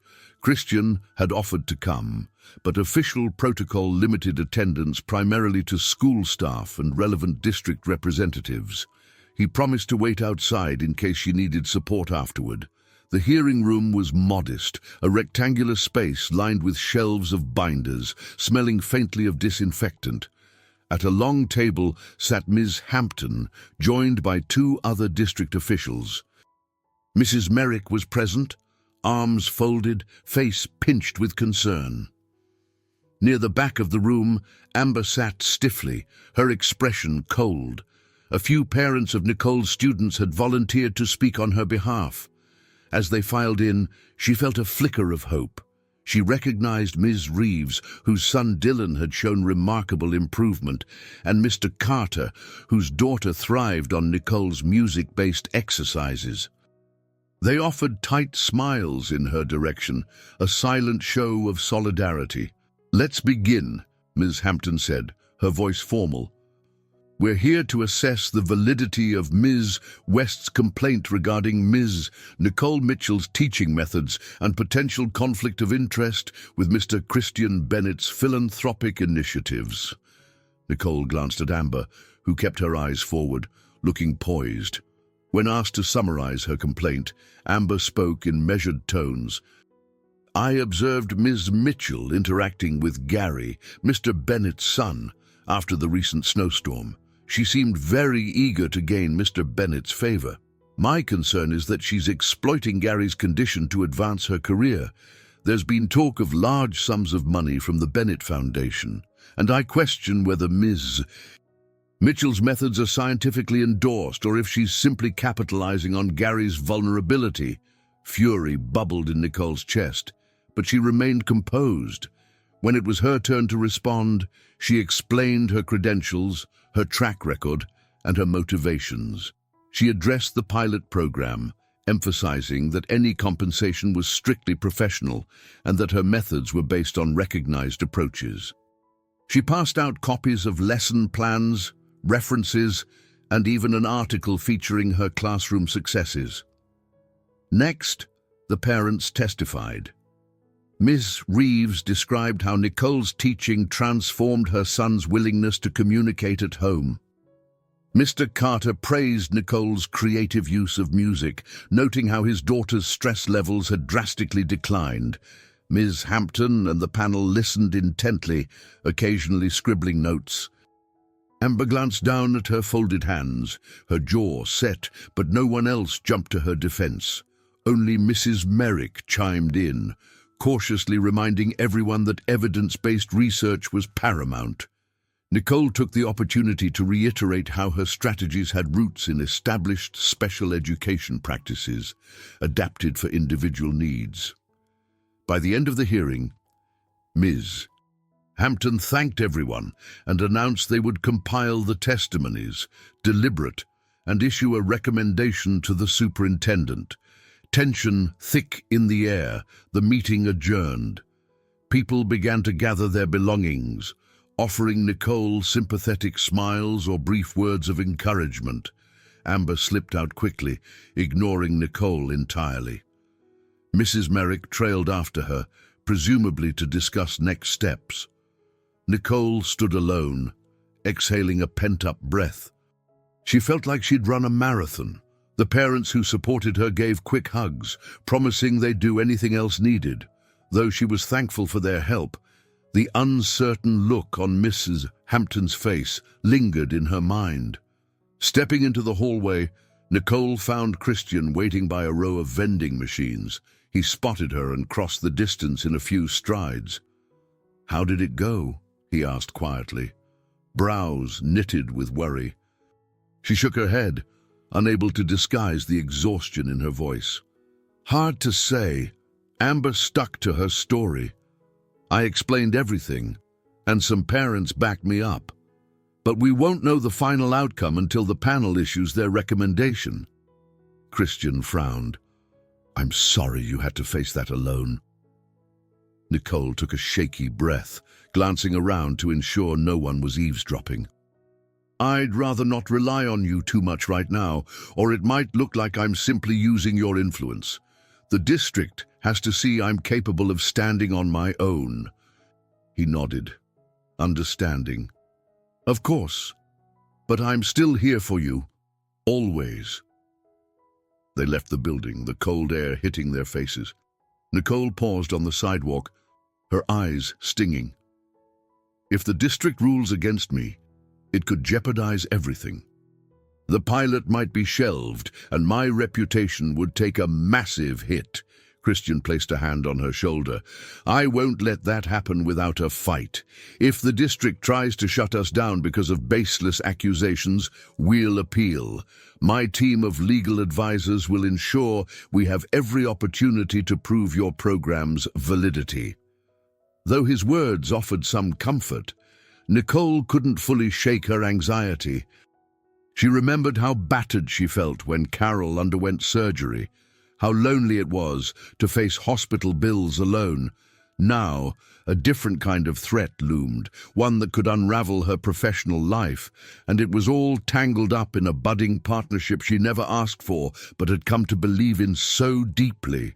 She drove home in near silence, trying to focus on the road instead of the what-ifs swirling in her head. Carol needed her strong and steady, and the children in her class depended on her optimism. She clung to that, even as the weight of Amber's allegations pressed down on her. Nicole arrived home to find Carol waiting at the front door, a slight frown knitting her young features. The winter sun had already slipped behind the horizon, leaving the porch light to cast long shadows. Nicole's heart ached at the thought of Carol worrying about her. The girl had enough on her plate, still recovering from her knee surgery and keeping up with schoolwork. "How did it go?" Carol asked softly, letting her mother step inside. Nicole closed the door, sighing. I did my best to defend my teaching methods. We won't know for sure until the district makes their decision. Carol nodded, her eyes skimming over the stack of papers in Nicole's arms. That lady caretaker, Amber, why would she lie about you? You helped Gary when no one else did. Nicole set her papers on the small kitchen table, the overhead light flickering. Sometimes people misunderstand or feel threatened, she said gently. Or maybe she just believes I'm stepping into her territory. She's been Gary's caretaker for a while, and maybe she's worried about losing her job. Carol's frown deepened. That's not your fault. Nicole ruffled her daughter's hair affectionately, though her smile was tinged with fatigue. No, it's not. But maybe it explains why she's doing this.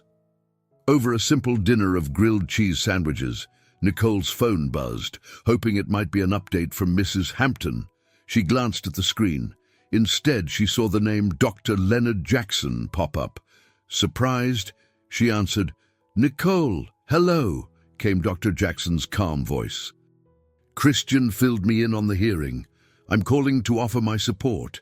I have data from my own research on early intervention programs that could bolster your credibility. If the district is on the fence, showing them more formal evidence may help." Relief spilled over Nicole.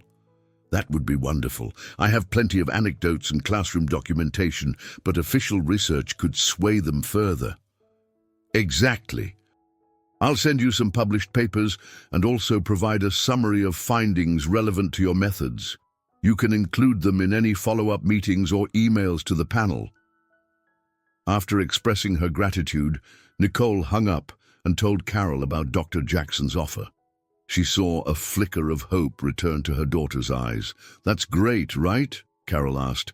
"It is," Nicole replied, trying to keep her voice measured. "It shows more people are behind us." She set her phone down, mentally mapping out how to organize the new data. The next morning, she found an email from Dr. Jackson already waiting in her inbox, filled with links to studies and a concise overview. Though her schedule was busy, she carved out time during her lunch break to skim through the materials. As she read, her excitement grew. These studies, many from reputable journals, provided strong evidence for tactile learning, music therapy, and other interventions that matched her approaches. During a brief lull, she called Sophia, whose enthusiasm practically crackled through the phone. "This is exactly what you need," Sophia said. "Present it to Ms. Hampton. She'll see you're building on proven research." Nicole closed her eyes, envisioning the moment she'd be able to counter any skepticism with solid science. "I'll prepare a follow-up packet for the district panel referencing Dr. Jackson's summary. Maybe it'll tip the scales in my favor." She hung up, feeling a renewed sense of possibility. The rest of her school day passed swiftly as she guided her students through a group reading activity, then a short interactive session using music. Their laughter filled the classroom, and she marveled at how these children, who each faced unique challenges, embraced a sense of freedom when given the right tools. That evening, as she compiled the new documents, her phone rang again, this time a video call request from Christian. She hesitated for only a second before accepting. His face appeared on screen, Gary perched on his lap. Although Gary didn't look directly at the camera, he seemed content, fiddling with a small plush toy. "Hi," Christian said, a hint of relief in his voice. "We just wanted to check on you, and Gary insisted on having the phone, so I figured a video call might help him feel connected." Nicole's heart swelled at the thought. "Hi, Gary," she greeted warmly. The boy paused, then tilted his head, perhaps recognizing her voice. Christian smiled, brushing back Gary's hair. "He's been calmer these days, more receptive. I've been playing that lullaby you recommended before bedtime. It really settles him." Nicole's cheeks warmed with quiet pride. That's wonderful. I'm so glad it's helping. When she mentioned the upcoming submission of new research to the panel, Christian brightened. That's good to hear, Dr. Jackson told me he was sending something. I'm sure they can't ignore real data. They spoke a few more minutes about Gary's progress and the next steps for the pilot program, careful not to delve into anything that might be misconstrued as meddling in the investigation. Yet in Christian's supportive gaze and gentle tone, Nicole felt her anxieties ease. After they said goodnight, Nicole stared at her reflection in the phone's dark screen. Though she remained unsure of the district's ultimate decision, the unwavering support from Dr. Jackson, Sophia, and Christian gave her a flicker of optimism. Their collective efforts formed a shield that, for the moment, staved off the worst of her fears. She returned to her desk, the hush of her living room surrounding her, poring over articles, drafting letters, and reviewing testimonies. She pressed forward with a determination fueled by hope. Over the next few days, the district panel's official response remained elusive. Nicole tried her best to keep functioning normally, teaching her classes, juggling Carol's needs, and fine-tuning the draft for the pilot program. Still, a knot of tension clung to her, making sleep difficult. Midweek, she received an email from Miss Hampton asking to review the additional research from Dr. Jackson.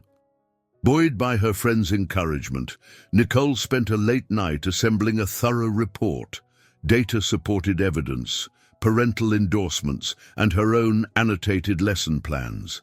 She delivered the packet in person, leaving it with the district receptionist in a sealed envelope. The following day, Christian invited her to a brief meeting at a non-profit center he sponsored, which focused on assistive technology. She arrived just after work, still wearing her school attire and looking somewhat frazzled. Christian greeted her in the lobby, his expression a mixture of concern and warmth. "Everything all right?" he asked, gesturing for her to follow him to a small conference room. Nicole nodded stiffly. "Just tired, I guess. Waiting for the panel's decision is nerve-wracking." He offered a reassuring smile. "I understand. But I have faith in your work, and I'm confident the evidence you gathered will clear any doubts." Inside the conference room, a row of interactive screens lined one wall.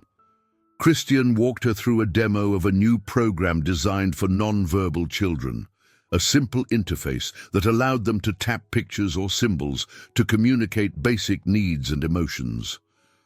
"I've been thinking about implementing this in the pilot," he explained, glancing at her for approval.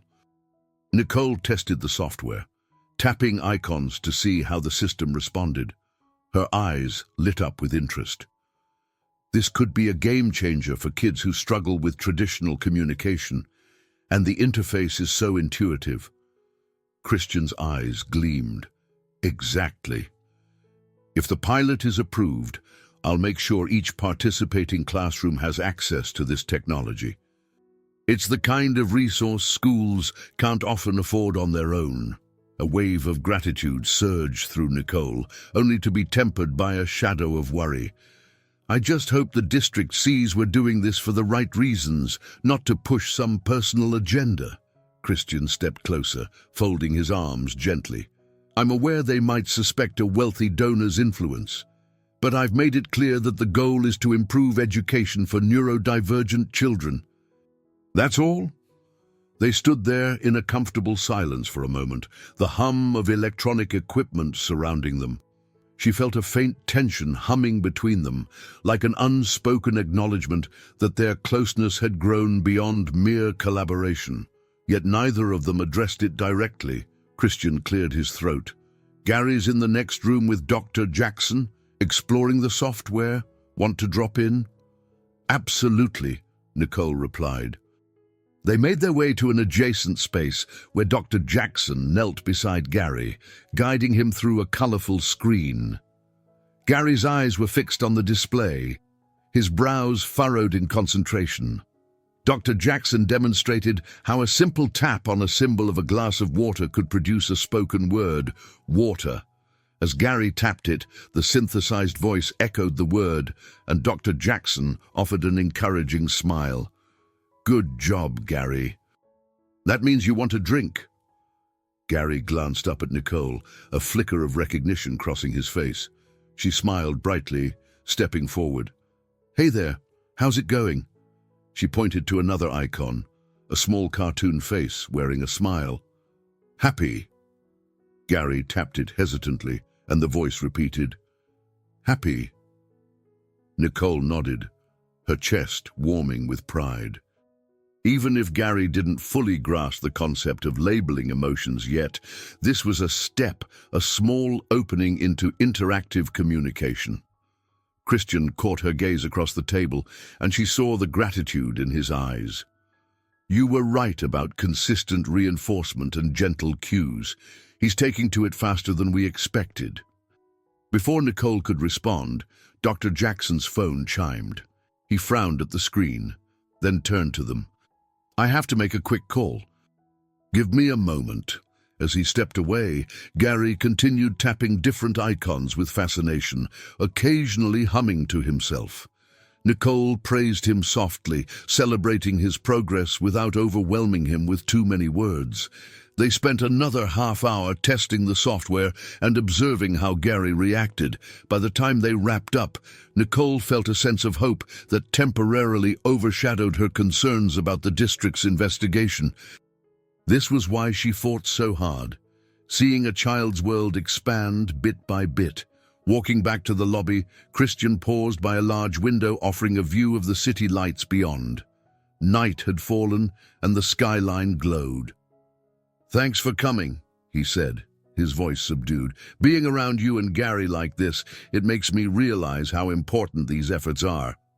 Nicole nodded, heart fluttering at the earnestness in his tone. "I'm grateful too. And not just for your resources, but for believing in me." A moment passed between them, unspoken feelings simmering beneath the surface. Nicole tried to swallow the lump in her throat.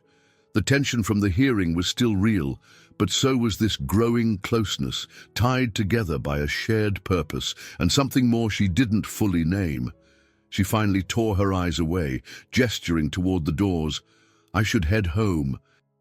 Carol's waiting, and I have class prep to finish." Christian stepped aside, giving her space. "Of course, I'll walk you out."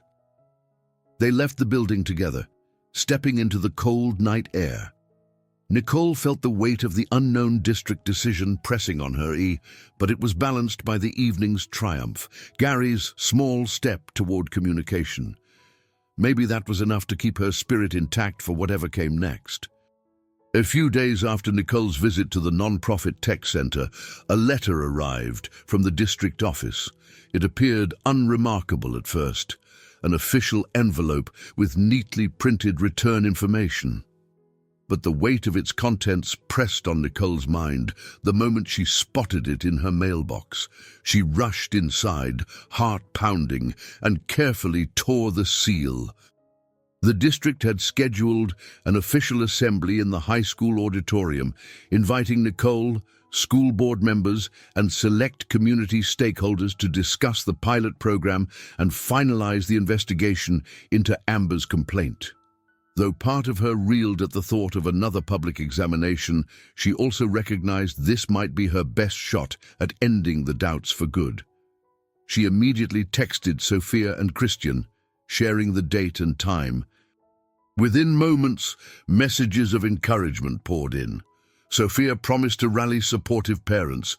Christian vowed he'd be there no matter what. Nicole felt a swell of gratitude, tempered by anxiety. This gathering had all the makings of a defining moment in her career. On the day of the assembly, Denver was hit by a light snow shower, a gentle contrast to the brutal storm that first brought Gary into Nicole's life. Stepping out of her car at the high school, she hugged her coat tighter and surveyed the building's wide steps. People were already filing inside, most wearing serious expressions. She found Sophia in the lobby, handing out small copies of a new summary Nicole had compiled, an at-a-glance overview of her teaching methods, references to research by Dr. Jackson, and parent testimonials. Several parents from Nicole's class stood nearby, each ready to speak on her behalf if needed. "Thank you," Nicole whispered to Sophia, forcing a smile. "I couldn't have done this alone." Sophia squeezed her hand. "You're not alone. Don't forget that." She spotted Christian across the lobby, guiding Gary through the crowd at a measured pace. Gary wore noise-cancelling headphones to help with the echoing chatter. Nicole's heart warmed at the sight of him. When Christian reached her side, he gave a reassuring nod. "Whatever happens in there, I stand behind you." Inside the auditorium, the stage held a simple table for the district officials: Ms. Hampton, 2 board members, and Mrs. Merrick. Rows of seating stretched across the floor, half filled with teachers, parents, and a few curious community members. Amber was there, sitting rigidly with her arms crossed, lips pressed into a thin line. Miss Hampton called the meeting to order, summarizing the reason for the gathering. "We're here to address the proposed pilot program for special education across Denver public schools, led by Mrs. Nicole Mitchell, with potential funding from the Bennett Foundation. Additionally, we'll finalize our investigation into concerns raised by Miss Amber West. We hope to leave tonight with clarity on both matters." Nicole's stomach churned, but she stepped forward when invited to speak.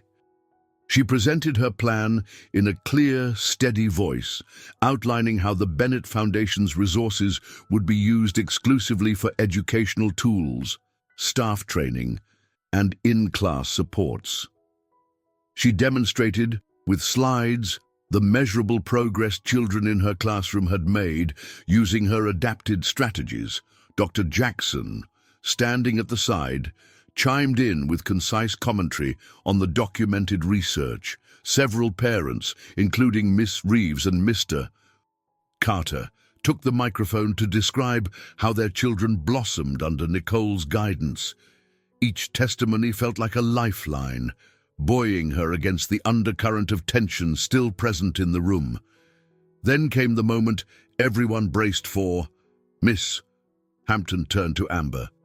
"Miss West, you initiated the complaint. Do you have additional evidence to share?" Amber rose, chin lifted defiantly. "My concern remains the same. Miss Mitchell appears to be capitalizing on Mr. Bennett's wealth. Her methods are unorthodox, more art project than actual therapy. I don't want to see funds poured into an experiment that lacks strict scientific validation." A murmur rippled through the crowd. Nicole clenched her fists at her sides, reminding herself to remain calm. Dr. Jackson spoke up, reiterating that numerous peer-reviewed studies supported approaches similar to Nicole's. Christian also stood, politely but firmly stating, "My foundation is committed to evidence-based initiatives. We believe Ms. Mitchell's approach has proven results. If the district mandates further oversight, we welcome it." When Mrs. Hampton opened the floor for final remarks, Amber hesitated. She glanced at the families who had spoken so passionately about Nicole, then at Gary, who sat quietly beside Christian. A flicker of uncertainty crossed her face, but she ultimately lifted her chin and repeated, "I maintain my reservations." A hush fell, and Mrs. Hampton motioned for Amber to sit. Next, the district panel slipped into a brief recess, leaving everyone in an anxious hush. People whispered in the aisles or checked their phones. Nicole closed her eyes, imagining the possibility that Amber's objections might still derail the pilot. After what felt like an eternity, Ms. Hampton and the board members returned. Miss Hampton cleared her throat and addressed the assembly. "We have deliberated carefully on the merits of Miss Mitchell's proposed pilot program and the concerns raised by Miss West. Our decision is as follows." Nicole held her breath, and she could practically feel the energy in the room crackle. This was it, the culmination of months of uncertainty and fear. She braced herself, fully aware that everything she'd fought for hung on the next few words. The crowd sat in suspended silence, hearts pounding as Miss Hampton read the district's verdict. "We find the evidence provided by Miss Mitchell and her supporters to be both comprehensive and professionally grounded. The pilot program, with appropriate oversight, should proceed. Furthermore, our investigation concludes that Ms. Mitchell has not engaged in unethical behavior. The complaint from Mr. West lacks sufficient basis to halt the project." A wave of relief swept the auditorium, applause from the parents, a muted cheer from a few teachers. Nicole felt her knees wobble, tears threatening to blur her vision. She caught Carol's eye in the front row. Her daughter, bright-faced, gave her a thumbs up. However, Ms. Hampton wasn't finished. She tapped her pen on the table. "We do, however, advise the Bennett Foundation and Miss Mitchell to establish a formal review process, including quarterly progress reports and occasional classroom evaluations. This is to ensure accountability and maintain public trust." Nicole found her voice, though it quivered. "Thank you, Ms. Hampton. I'm ready to comply with any guidelines you set forth." The meeting wrapped up in a flurry of handshakes and congratulations. Amber slipped out quietly, not meeting anyone's eye. Sophia embraced Nicole, tears glistening. "You did it. They approved the pilot." Still dazed, Nicole smiled through damp lashes. "It feels surreal." Christian approached next, Gary by his side. Gary wore his headphones, occasionally focusing on Nicole as though registering the celebratory mood. Christian softly congratulated her. "I knew the truth would come out." She only nodded, her gratitude overwhelming. The auditorium began to empty, leaving behind a handful of well-wishers. Nicole thanked the parents who'd stood by her, then found herself alone with Christian, Gary, and Carol.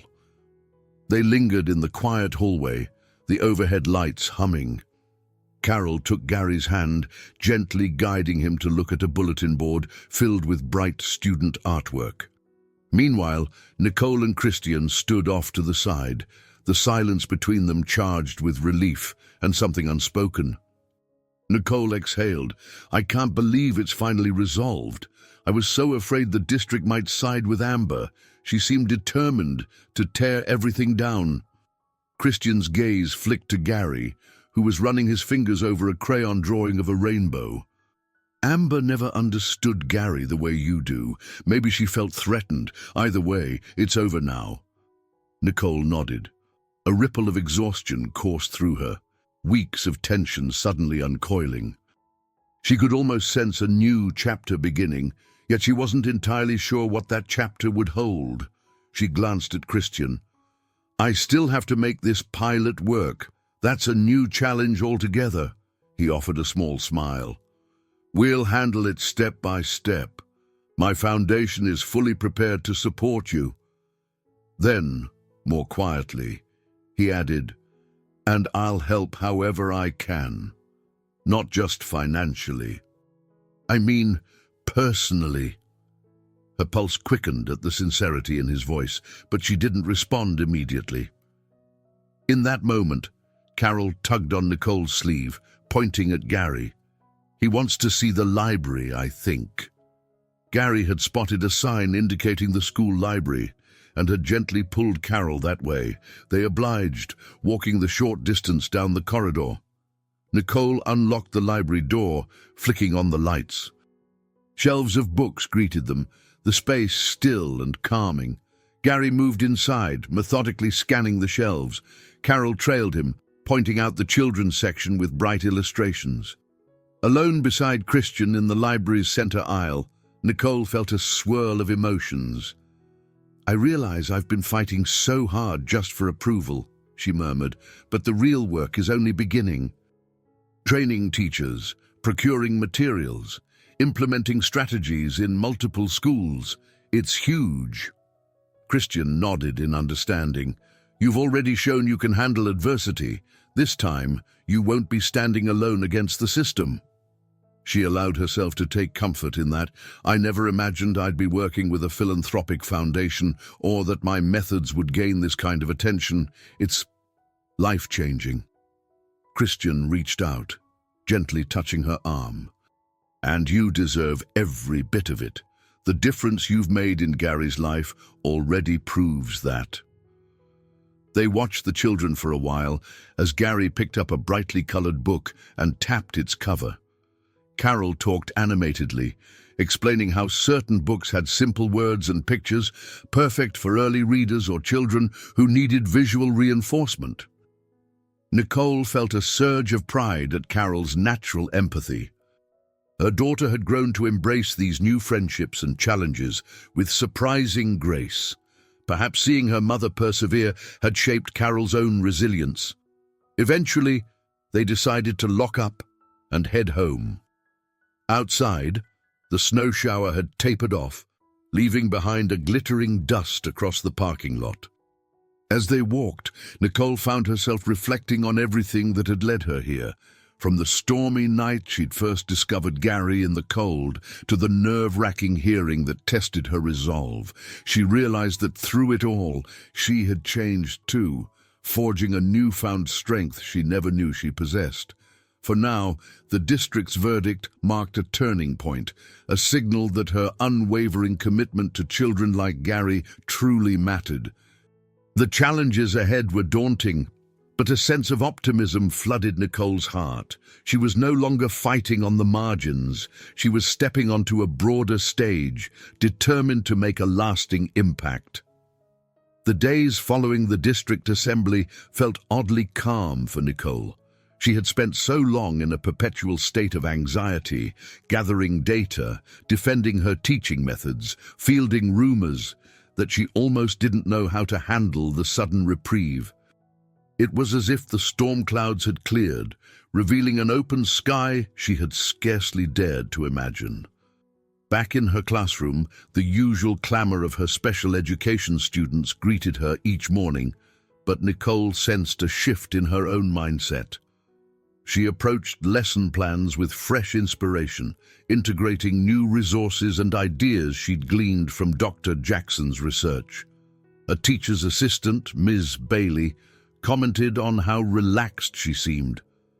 Nicole only smiled, feeling a deeper confidence in her choices. After school one Friday, Sophia poked her head into Nicole's room. "We're having a small get-together at my place tonight. A few teachers, some parents. I think you should come." Nicole hesitated, glancing around at the scattered worksheets and undone tasks on her desk. "I have so much to catch up on. And Carol." "Bring Carol," Sophia insisted. "She can hang out with my niece. You both deserve a break." Not long after, Nicole arrived at Sophia's cozy apartment, stepping into a warm buzz of conversation and laughter. Several friendly faces lit up, offering congratulations for her successful pilot approval. A few parents recognized her instantly, thanking her again for her dedication. Nicole felt a mild flush creep into her cheeks. She wasn't used to so much praise. She chatted in a corner with Miss Reeves, who told her how Dylan had begun using short sentences more consistently at home. "He's also humming tunes from class," Miss Reeves said, eyes shining. "It's like the music unlocked something inside him. My husband and I can't thank you enough." Humbled by the gratitude, Nicole shook her head. "Dylan's doing the work. I'm just giving him a nudge in the right direction." Later, she stood by a snack table, sipping a cup of punch, when the conversation shifted to Christian Bennett and the Bennett Foundation. Sophia introduced Nicole to a pair of local journalists, one from a small community paper, another from a local parenting blog, both intrigued by the upcoming pilot program. They asked if they could interview Nicole in the future about her teaching methods. A sense of disbelief welled up. She had never sought attention, content to work quietly in her classroom, pushing for small changes. Now, possibilities opened before her like never before. Each question from the journalists reminded her that her story and the stories of her students held real power to inspire others. Amid the festive atmosphere, Nicole realized Carol was nowhere in sight. She slipped down the hallway, peering into rooms until she found her daughter and Sophia's niece sitting on the floor, giggling over a silly video on a phone. Carol greeted her with a wide grin. "Everything okay, Mom?" Carol asked. "This party is really fun," Nicole smiled back. "I just wanted to check on you. I'm glad you're enjoying yourself." She returned to the gathering and found herself cornered by Ms. Bailey's, the teaching assistant, who asked curious questions about the pilot's rollout. Nicole explained the multi-step plan, training sessions for willing teachers, implementing specialized software, and continuing data collection. The realization of her new responsibilities both excited and intimidated her, yet she felt more ready than ever, buoyed by the knowledge she wasn't alone. As the evening wound down, Nicole helped Sophia clean up. They collected empty cups, tossed plates, and stacked chairs. Between trips to the kitchen, Sophia paused, glancing sidelong at Nicole. "I've never seen you so confident," she noted softly. "Remember when we first started teaching together? How you doubted whether you could handle a classroom of special needs kids?" Nicole laughed lightly, recalling her first days on the job, nervous, uncertain, always wondering if she was doing enough. "I've come a long way." "But it took a lot of bumps to get here," Sophia nodded, finishing off the last of the dishes. "I'm proud of you, my friend. This is just the beginning." When Nicole and Carol finally headed home, the sky above was clear, a crescent moon illuminating the sleeping city. Nicole reflected on how different she felt compared to even a few weeks ago. Back then, she was bogged down by self-doubt and financial strain, unsure if her methods had a place in the larger system. Now she saw herself as a catalyst, someone whose passion could spark something bigger. Inside her modest home, Nicole tucked Carol into bed, then curled up on the couch with a notebook. She jotted down ideas for her next steps, plans for teacher workshops, technology needs, timelines. She scribbled in the margins about possible partnership expansions with community organizations. Her mind raced with an energy she hadn't felt in years. For the first time in a long while, she sensed a clarity about who she was, an educator with a calling she could no longer keep small. The scars of her past, losing her father young, struggling financially as a single mother, had shaped her empathy and perseverance. Now, though, she saw them less as limitations and more as part of the foundation that anchored her determination. She turned off the lamp, letting the house sink into peaceful dimness. With her eyes closed, she pictured the children's faces lighting up as they mastered a new skill. She thought of Carol's quiet strength and Christian support, and how, step by step, they had all contributed to the progress that night. A crisp February breeze blew outside Nicole's window as she flipped through a stack of documents detailing the pilot program's upcoming rollout. Winter in Denver still held the city under chilly skies, yet the promise of spring peaked in the distance, a fitting metaphor, she thought, for the transformation underway in her life and work. She was preparing for a key meeting with Dr. Jackson, several district officials, and representatives from the Bennett Foundation. The agenda was to finalize contracts, address any concerns, and schedule teacher training sessions. Despite lingering jitters, Nicole felt more prepared than she ever had. She'd spent her weekend polishing her proposals, organizing resources, and conferring with Sophia about practical classroom integration. Early Monday morning, she drove to the district office. The parking lot was already brimming with cars, a testament to how many people were invested in making the pilot program succeed. She found Dr. Jackson in the lobby, tapping away at his tablet. He spotted her and smiled broadly. "Nicole, good morning," he greeted, offering a handshake. "You ready?" She lifted her chin. "Absolutely. Let's do this." They headed into a large conference room with glass walls overlooking a snowy courtyard. Christian arrived shortly after, exuding a calm focus. He and Nicole exchanged a brief smile before taking their places at the long table. Ms. Hampton joined them, looking more cordial than at the previous hearings. There were around 10 people in total, all with notebooks or laptops open. Nicole walked through a slideshow that outlined the step-by-step approach for implementing her methods in 3 pilot schools. Each school would have a designated inclusion team, staffed by teachers she and Sophia had identified as open to new strategies. Christian's foundation committed to funding technology upgrades, tablets loaded with communication apps, specialized sensory equipment, and training sessions led by Dr. Jackson and Nicole. Once she concluded, a few hands shot up with questions about potential pitfalls. One board representative asked, "How do we measure success? Standardized tests won't necessarily capture gains in communication for nonverbal students." Nicole nodded. "Agreed. That's why I propose a mix of qualitative and quantitative assessments, teacher observations, parent surveys, skill-based checklists, and ongoing data from the communication apps to show usage patterns and improvements over time." Her confidence was met with appreciative nods. Then Mrs. Hampton turned to Christian. "Mr. Bennett, your foundation's role is significant. We want to ensure stability. What happens if the pilot proves effective and the district wants to expand? Will you remain a committed partner?" Christian leaned forward, hands clasped. "If the pilot is successful, my foundation will discuss further investment. We're also exploring state grants and matching funds from other charitable organizations to reduce long-term reliance on a single donor." Nicole silently marveled at how seamlessly Christian articulated that. It eased concerns about the program's longevity. She felt a rush of gratitude that he had taken her vision as seriously as she did. Over the next hour, they hashed out contracts, budgets, and timelines. Dr. Jackson offered to oversee teacher training schedules, while Nicole volunteered to handle day-to-day coordination once the pilot began.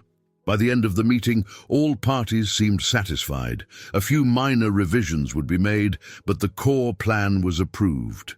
As they filed out, Miss Hampton pulled Nicole aside. "I wanted to commend you on how far you've taken this idea.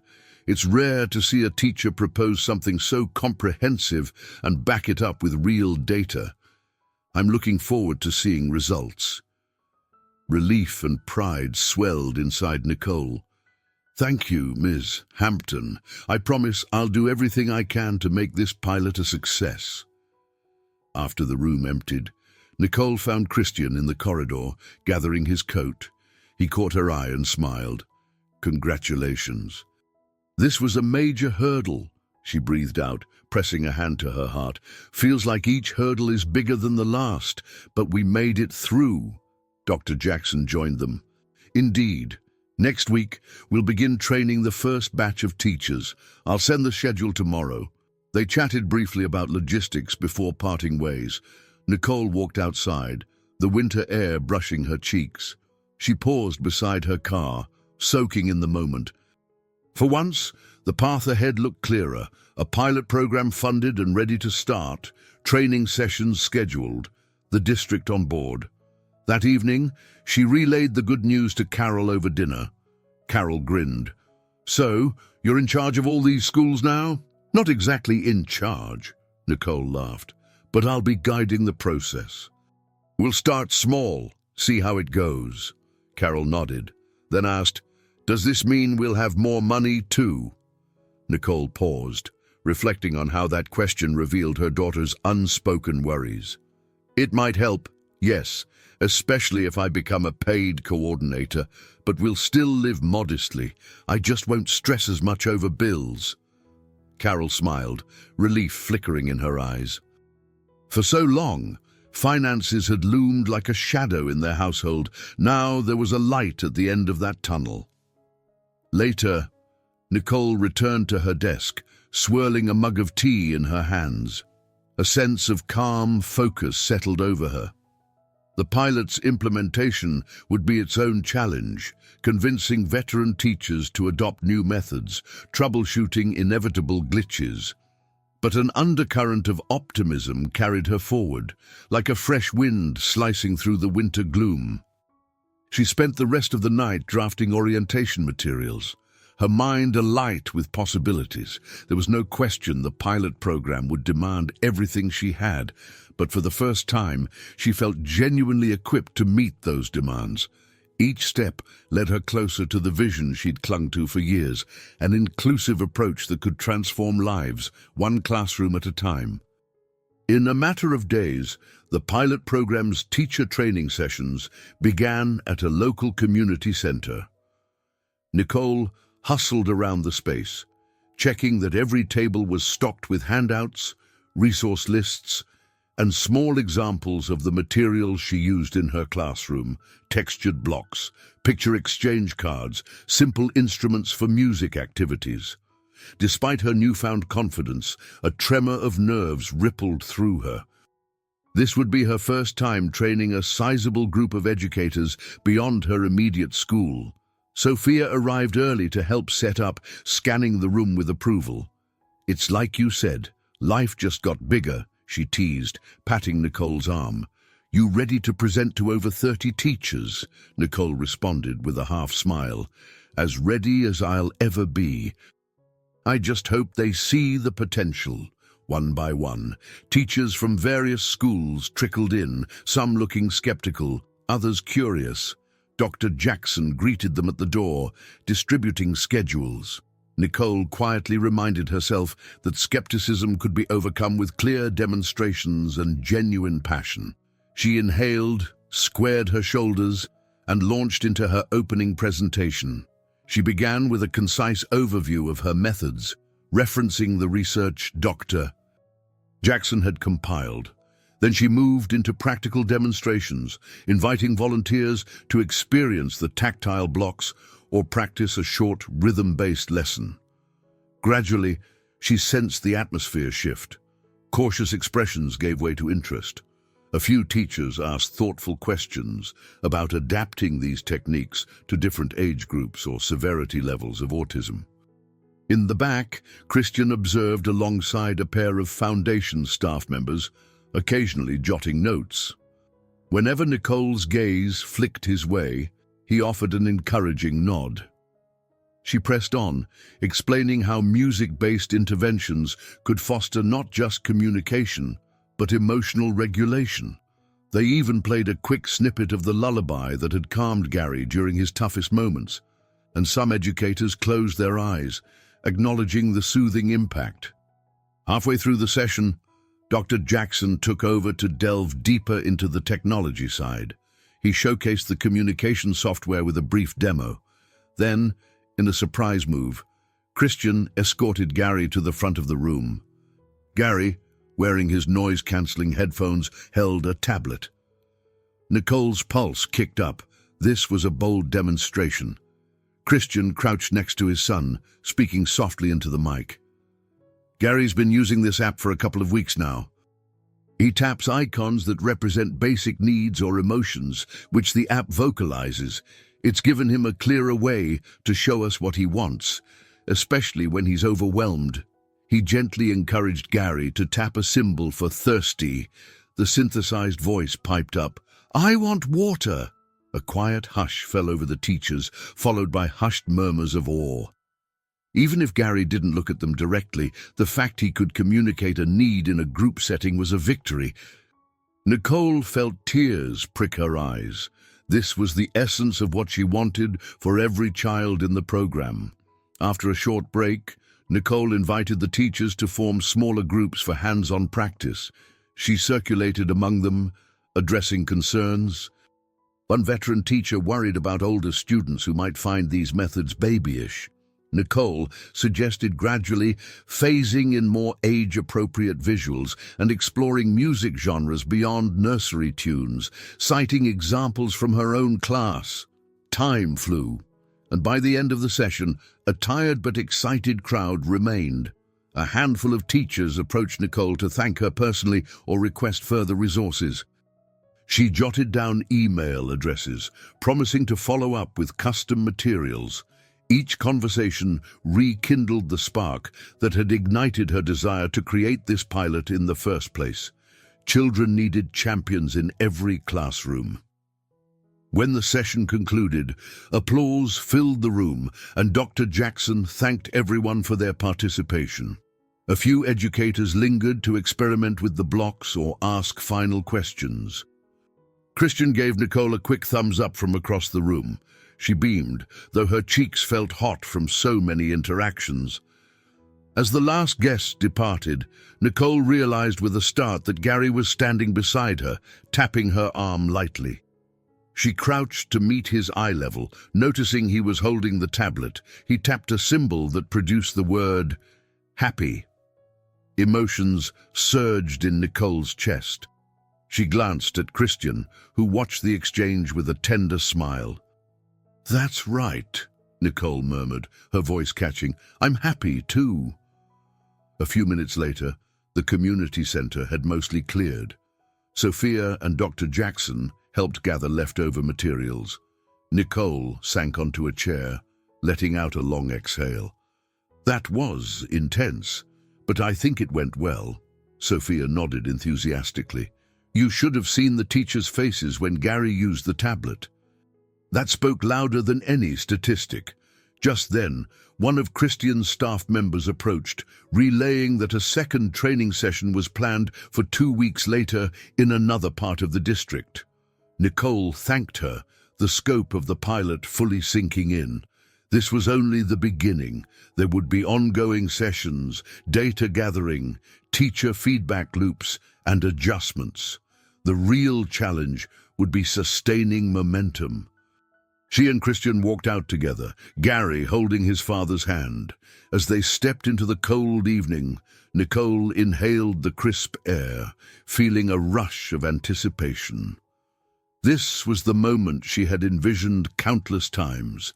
Educators coming together to embrace new possibilities for children with neurodivergent needs. And she was at the center of it. No longer just an overworked teacher with big ideas, but a recognized leader. The ultimate test, she realized, wasn't just about passing a district hearing or winning over skeptics. It was about consistently implementing real change. As she glanced at Christian and Gary, and then back at Sophia locking up the center, Nicole sensed an unspoken promise in the winter night. They were not done yet.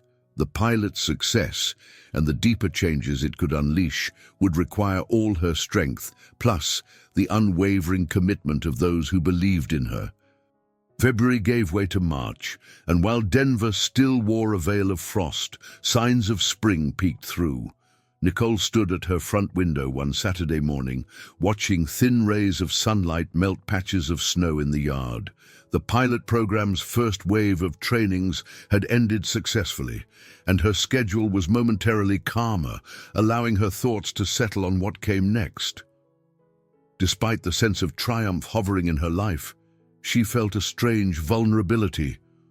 She recalled the avalanche of problems that had nearly overwhelmed her: financial woes, skepticism from the school district, Amber's accusations.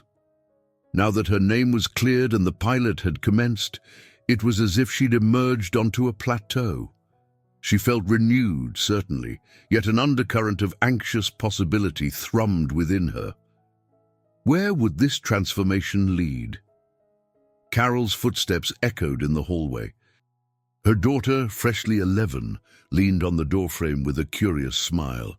"You look like you're miles away," she noted. "Something on your mind?" Nicole turned, relaxing her posture. "Just thinking about how life changed so quickly. A couple of months ago, I was just your regular, overworked teacher juggling overdue bills. Now I'm coordinating an entire district program." She shook her head in amazement. "I'm proud, but also a bit scared." Carol gave a knowing nod. "It's kinda like after my surgery. I was happy to walk again without pain, but I worried about re-injuring myself. You just have to keep moving forward."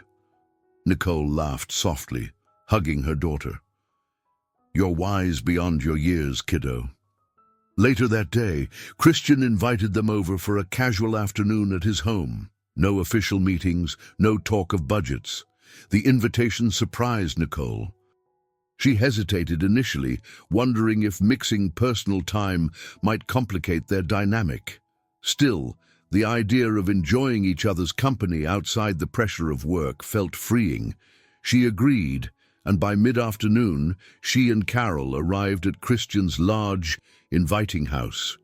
Gary was in the living room, comfortably seated with a puzzle spread out on the coffee table.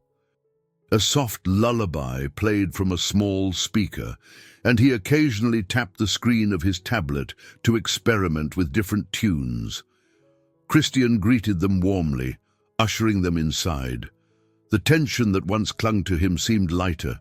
He carried himself with more ease these days. Carol gravitated to Gary's side, kneeling to help with the puzzle. Though Gary remained mostly silent, he allowed her to guide his hand to the correct piece once or twice, a small smile tugging at the corners of his mouth. Nicole stood near Christian, observing. "It's amazing how far he's come," she said quietly. "He's relaxed in ways I didn't see before." Christian nodded. "He's opened up. Not just at home either. His therapists report that he's more engaged in sessions." He paused, glancing at Nicole. "You gave him that space to feel safe. Both of you did." They moved to the kitchen, where Christian poured coffee into 2 mugs. The late afternoon sun slanted through the window, creating a warm glow over the countertops. Nicole inhaled the comforting aroma. For a moment, they simply stood there, side by side, the hum of the music drifting in from the living room. "So," Christian began gently, "how are you feeling now that the pilot's actually rolling?" "Is it everything you hoped?" A careful smile curved her lips. "It's exciting, but I won't deny it's overwhelming. I have teachers emailing at odd hours, wanting advice. Dr. Jackson and I are trying to set up a schedule so people don't burn out." She set her coffee down, lacing her fingers together. "There's also the matter of my own classroom responsibilities. Balancing it all is tricky." He rested a comforting hand on her shoulder. "You don't have to do it alone. We'll keep refining the workload. Maybe bring in more specialists if necessary." Nicole nodded, grateful, yet she felt an internal pull. This quiet moment, standing so close, brought awareness that their bond had deepened beyond mere professional alliance. Her pulse fluttered, but she managed to keep her composure. They rejoined the kids in the living room. Carol was showing Gary a simple card game, carefully naming each color and number. Gary tapped the communication app to echo some of her words. Nicole felt a swell of pride watching the 2 children, so different in temperament and ability, yet finding common ground through patience and acceptance. Eventually, the afternoon waned. As Nicole and Carol prepared to leave, Christian walked them out to the porch. The air was crisp, the sunset painting the sky in delicate shades of pink and orange. For a brief second, Nicole worried about what might come next, if another unexpected hurdle would appear. But a quiet resilience pulsed through her. She had survived enough storms to know that, renewed or not, she possessed the strength to adapt. Carol climbed into the car, waving to Gary, who stood by the window inside. Nicole lingered with Christian under the porch light. No words were spoken, but the mutual respect and fondness was undeniable. She sensed that behind the professional collaboration, something genuine and fragile was blossoming, the possibility of opening her heart again. Finally, she offered a gentle "thank you" before slipping into the driver's seat. On the drive home, she replayed the afternoon in her mind, the easy laughter, the synergy among them, the future that no longer felt so uncertain.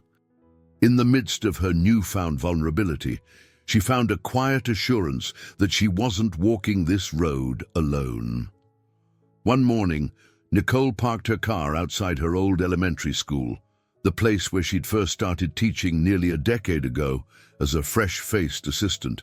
The building looked the same, with its red brick facade and a modest playground off to one side, but returning here felt different now.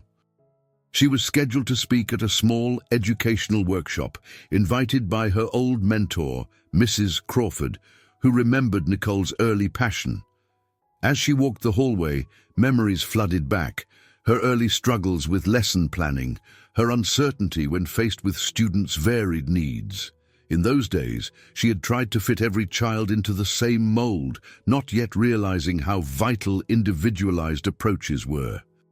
Now, she was recognized as an innovative educator, leading a district-wide pilot for neurodivergent students. Mrs. Crawford spotted her and pulled her into a warm hug, beaming with pride. "Look at you, Ms. Mitchell. I always knew you had something special to offer." Nicole felt a wave of humble gratitude.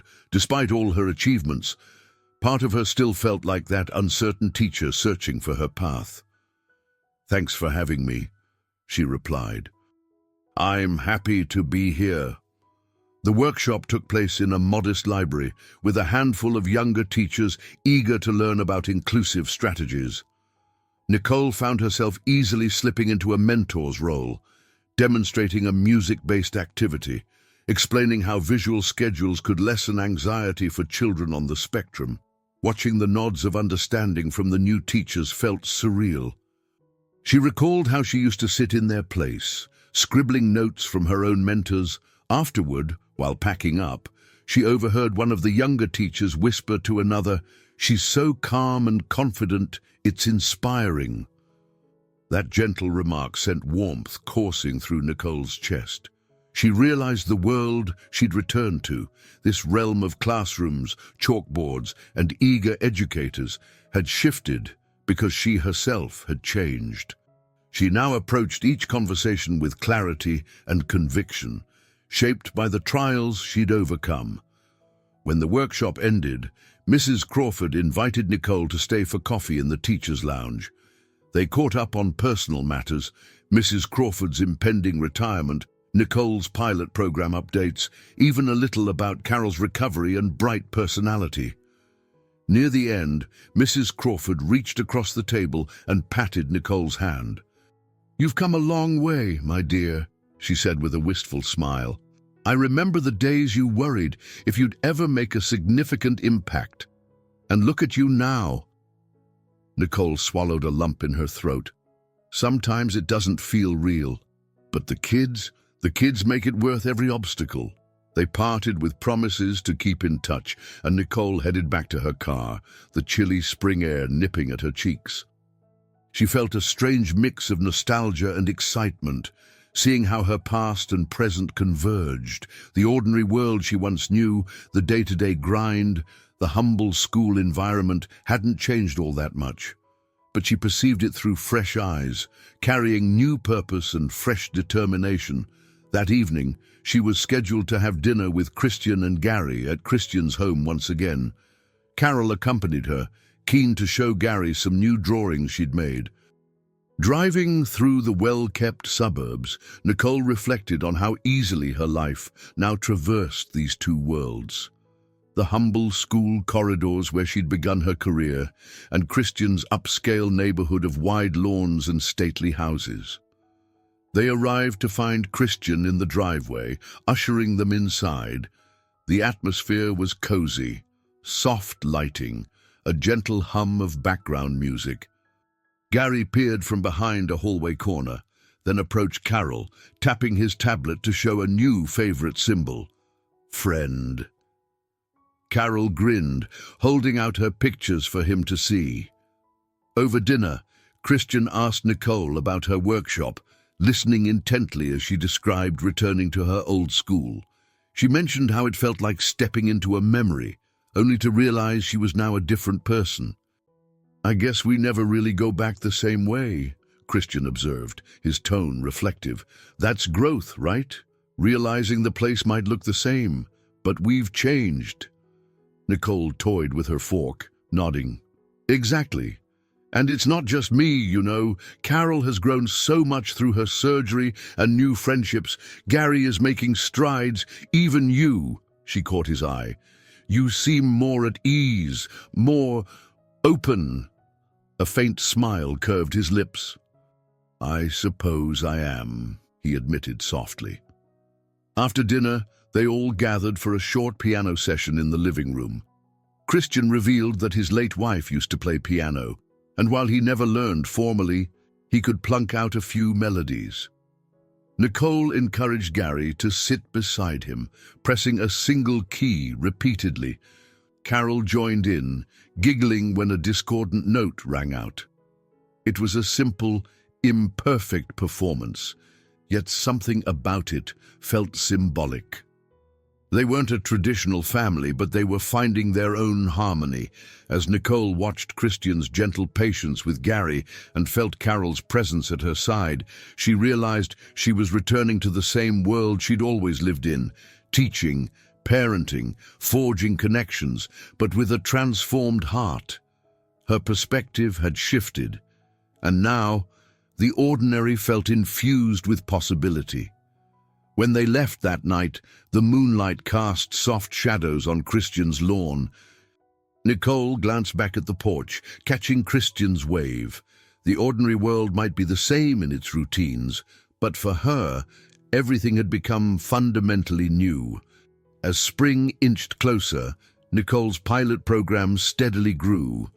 More teachers volunteered to attend weekend workshops, curious about how music, tactile blocks, and personalized visuals could transform their classrooms.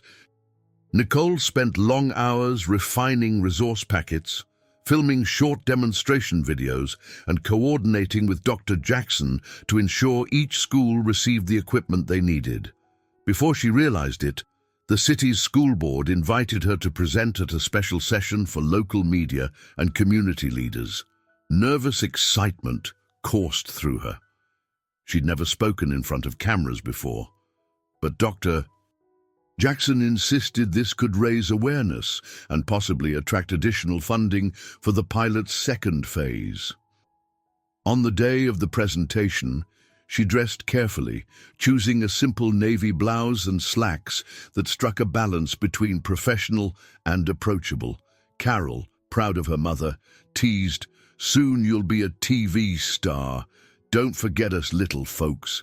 Nicole laughed, shaking off the nerves.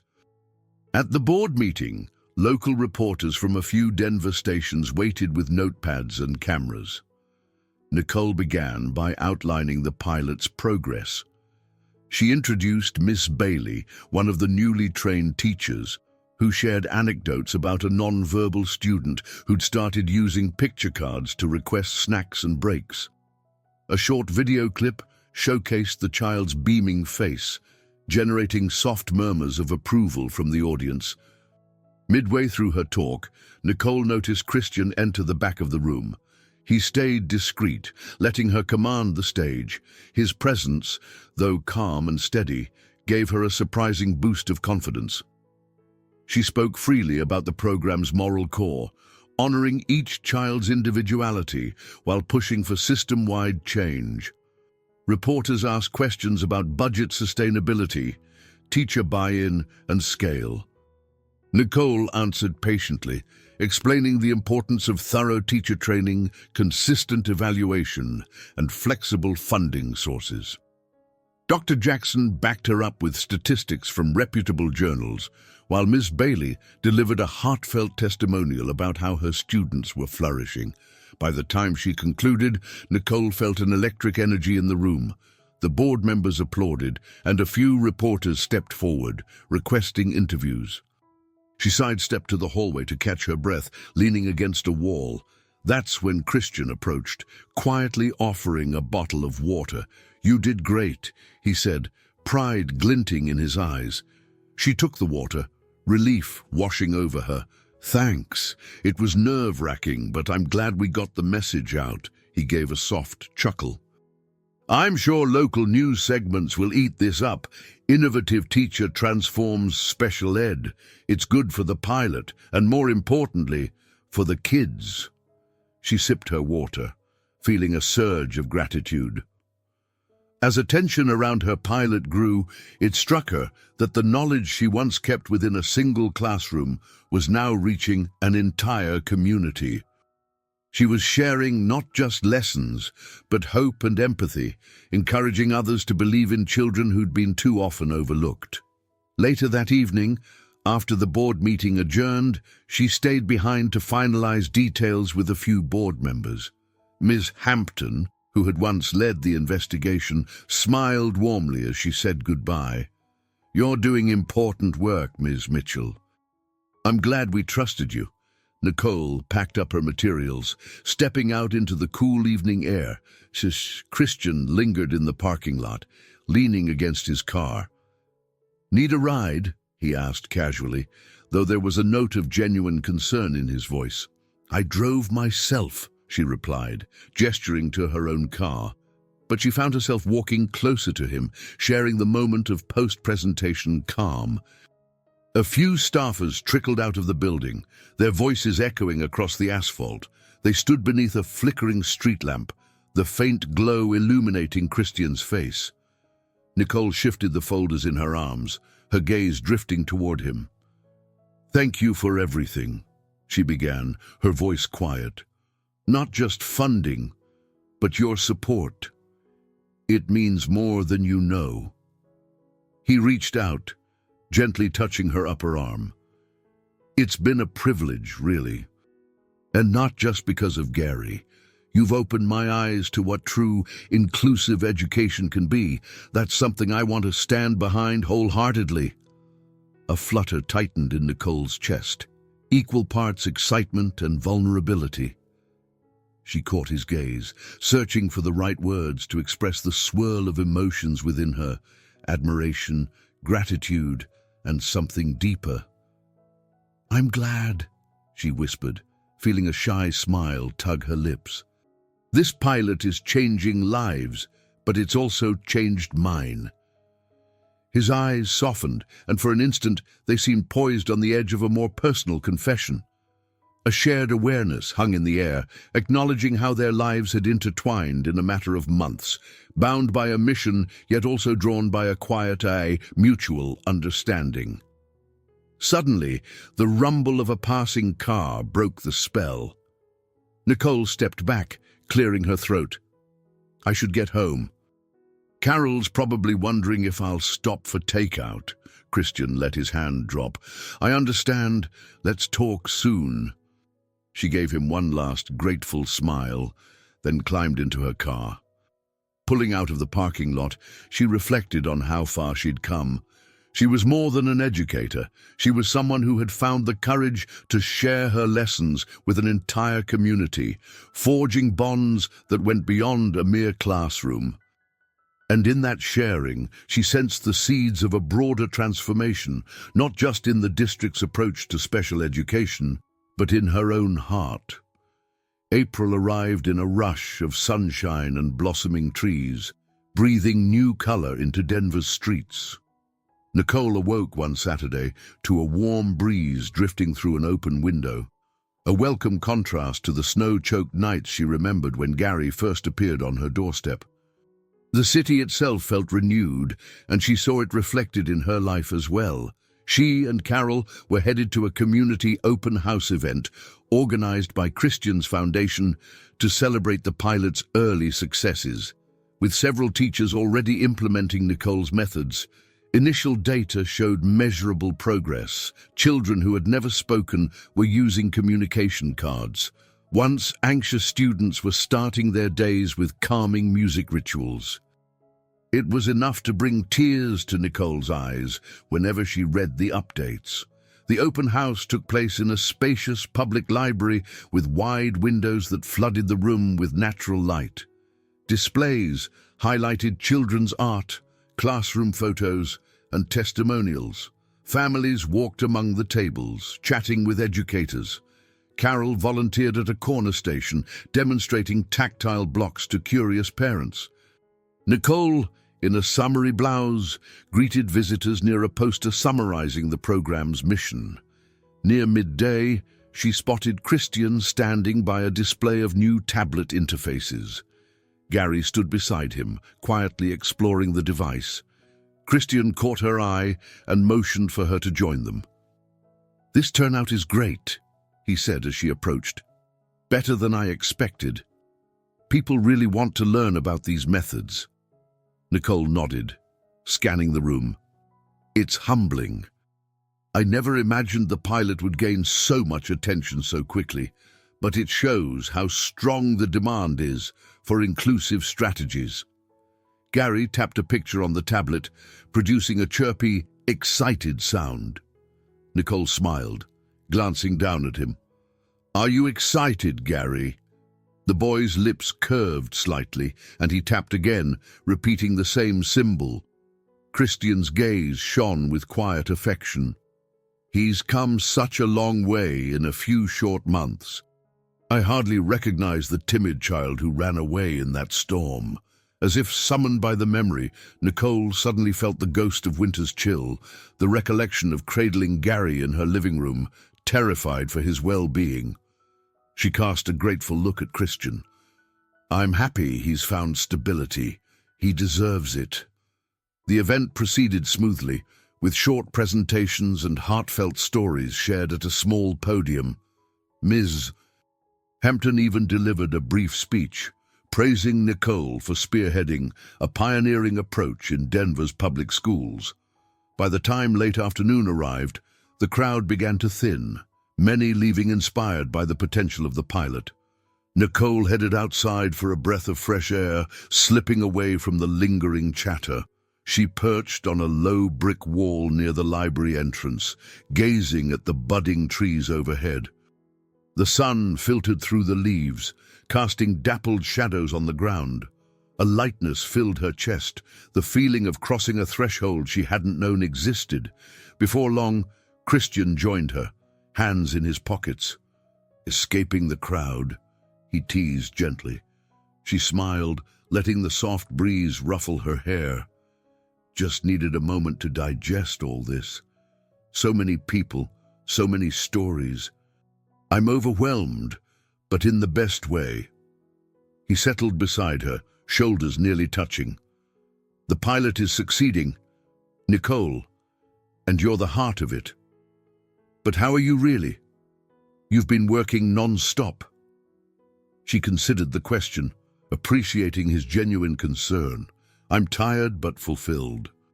Seeing these families, hearing that their kids feel heard for the first time, makes it worth every late night." He was quiet for a moment, eyes drifting to the canopy of leaves overhead. Then he turned to face her fully. "You've given my son a future I wasn't sure he'd have, and you've given me hope too. After losing my wife, I never thought I could let anyone in. You changed that." Nicole's breath caught.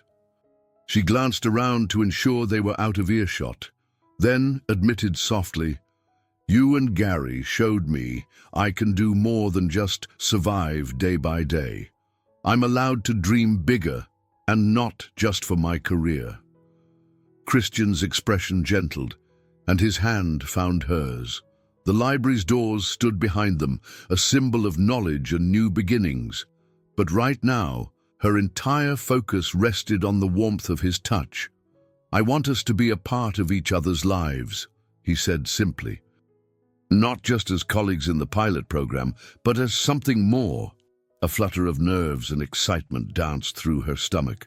She remembered her old fear of relying on someone else, of risking heartbreak or disappointment. Yet she also recalled how Christian had never tried to overshadow her work, only uplift it. She met his gaze, heart pounding. "I want that too." His hand squeezed hers, and for a moment, neither spoke. It felt as though the entire world had narrowed to just the two of them. A quiet, unspoken promise wove through the air, like a vow of respect, companionship, and genuine affection. In the distance, Carol emerged from the library with Gary in tow. They ambled toward Nicole and Christian, curious smiles on both children's faces. Gary tapped the tablet, producing a soft chime of "happy." and Carol nodded eagerly. The sun shifted, illuminating them all in a gentle glow, as though nature itself recognized the moment. Nicole stood, guiding Christian's hand in hers. Carol and Gary fell in step beside them, the four forming a small cluster. They began walking away from the library, heading toward the parking lot but moving almost in slow motion, savoring the newness of shared hopes. While challenges remained, further expansions of the pilot, continuous teacher training, ongoing personal growth, she sensed they would face everything together. At last, the sunlight warmed her face, and she welcomed the subtle stirring of tears at the corner of her eyes. They weren't tears of sadness, but of a deep, resonant gratitude. She glanced up at Christian, heart full to overflowing, and in that shared, wordless glance, she understood that every struggle, every storm had brought her here, to a place of renewal, belonging, and the promise of tomorrow. I hope you enjoyed today's story. Subscribe to the channel so you don't miss more stories like this. Leave a like and comment below what you thought of the story. See you in the next video.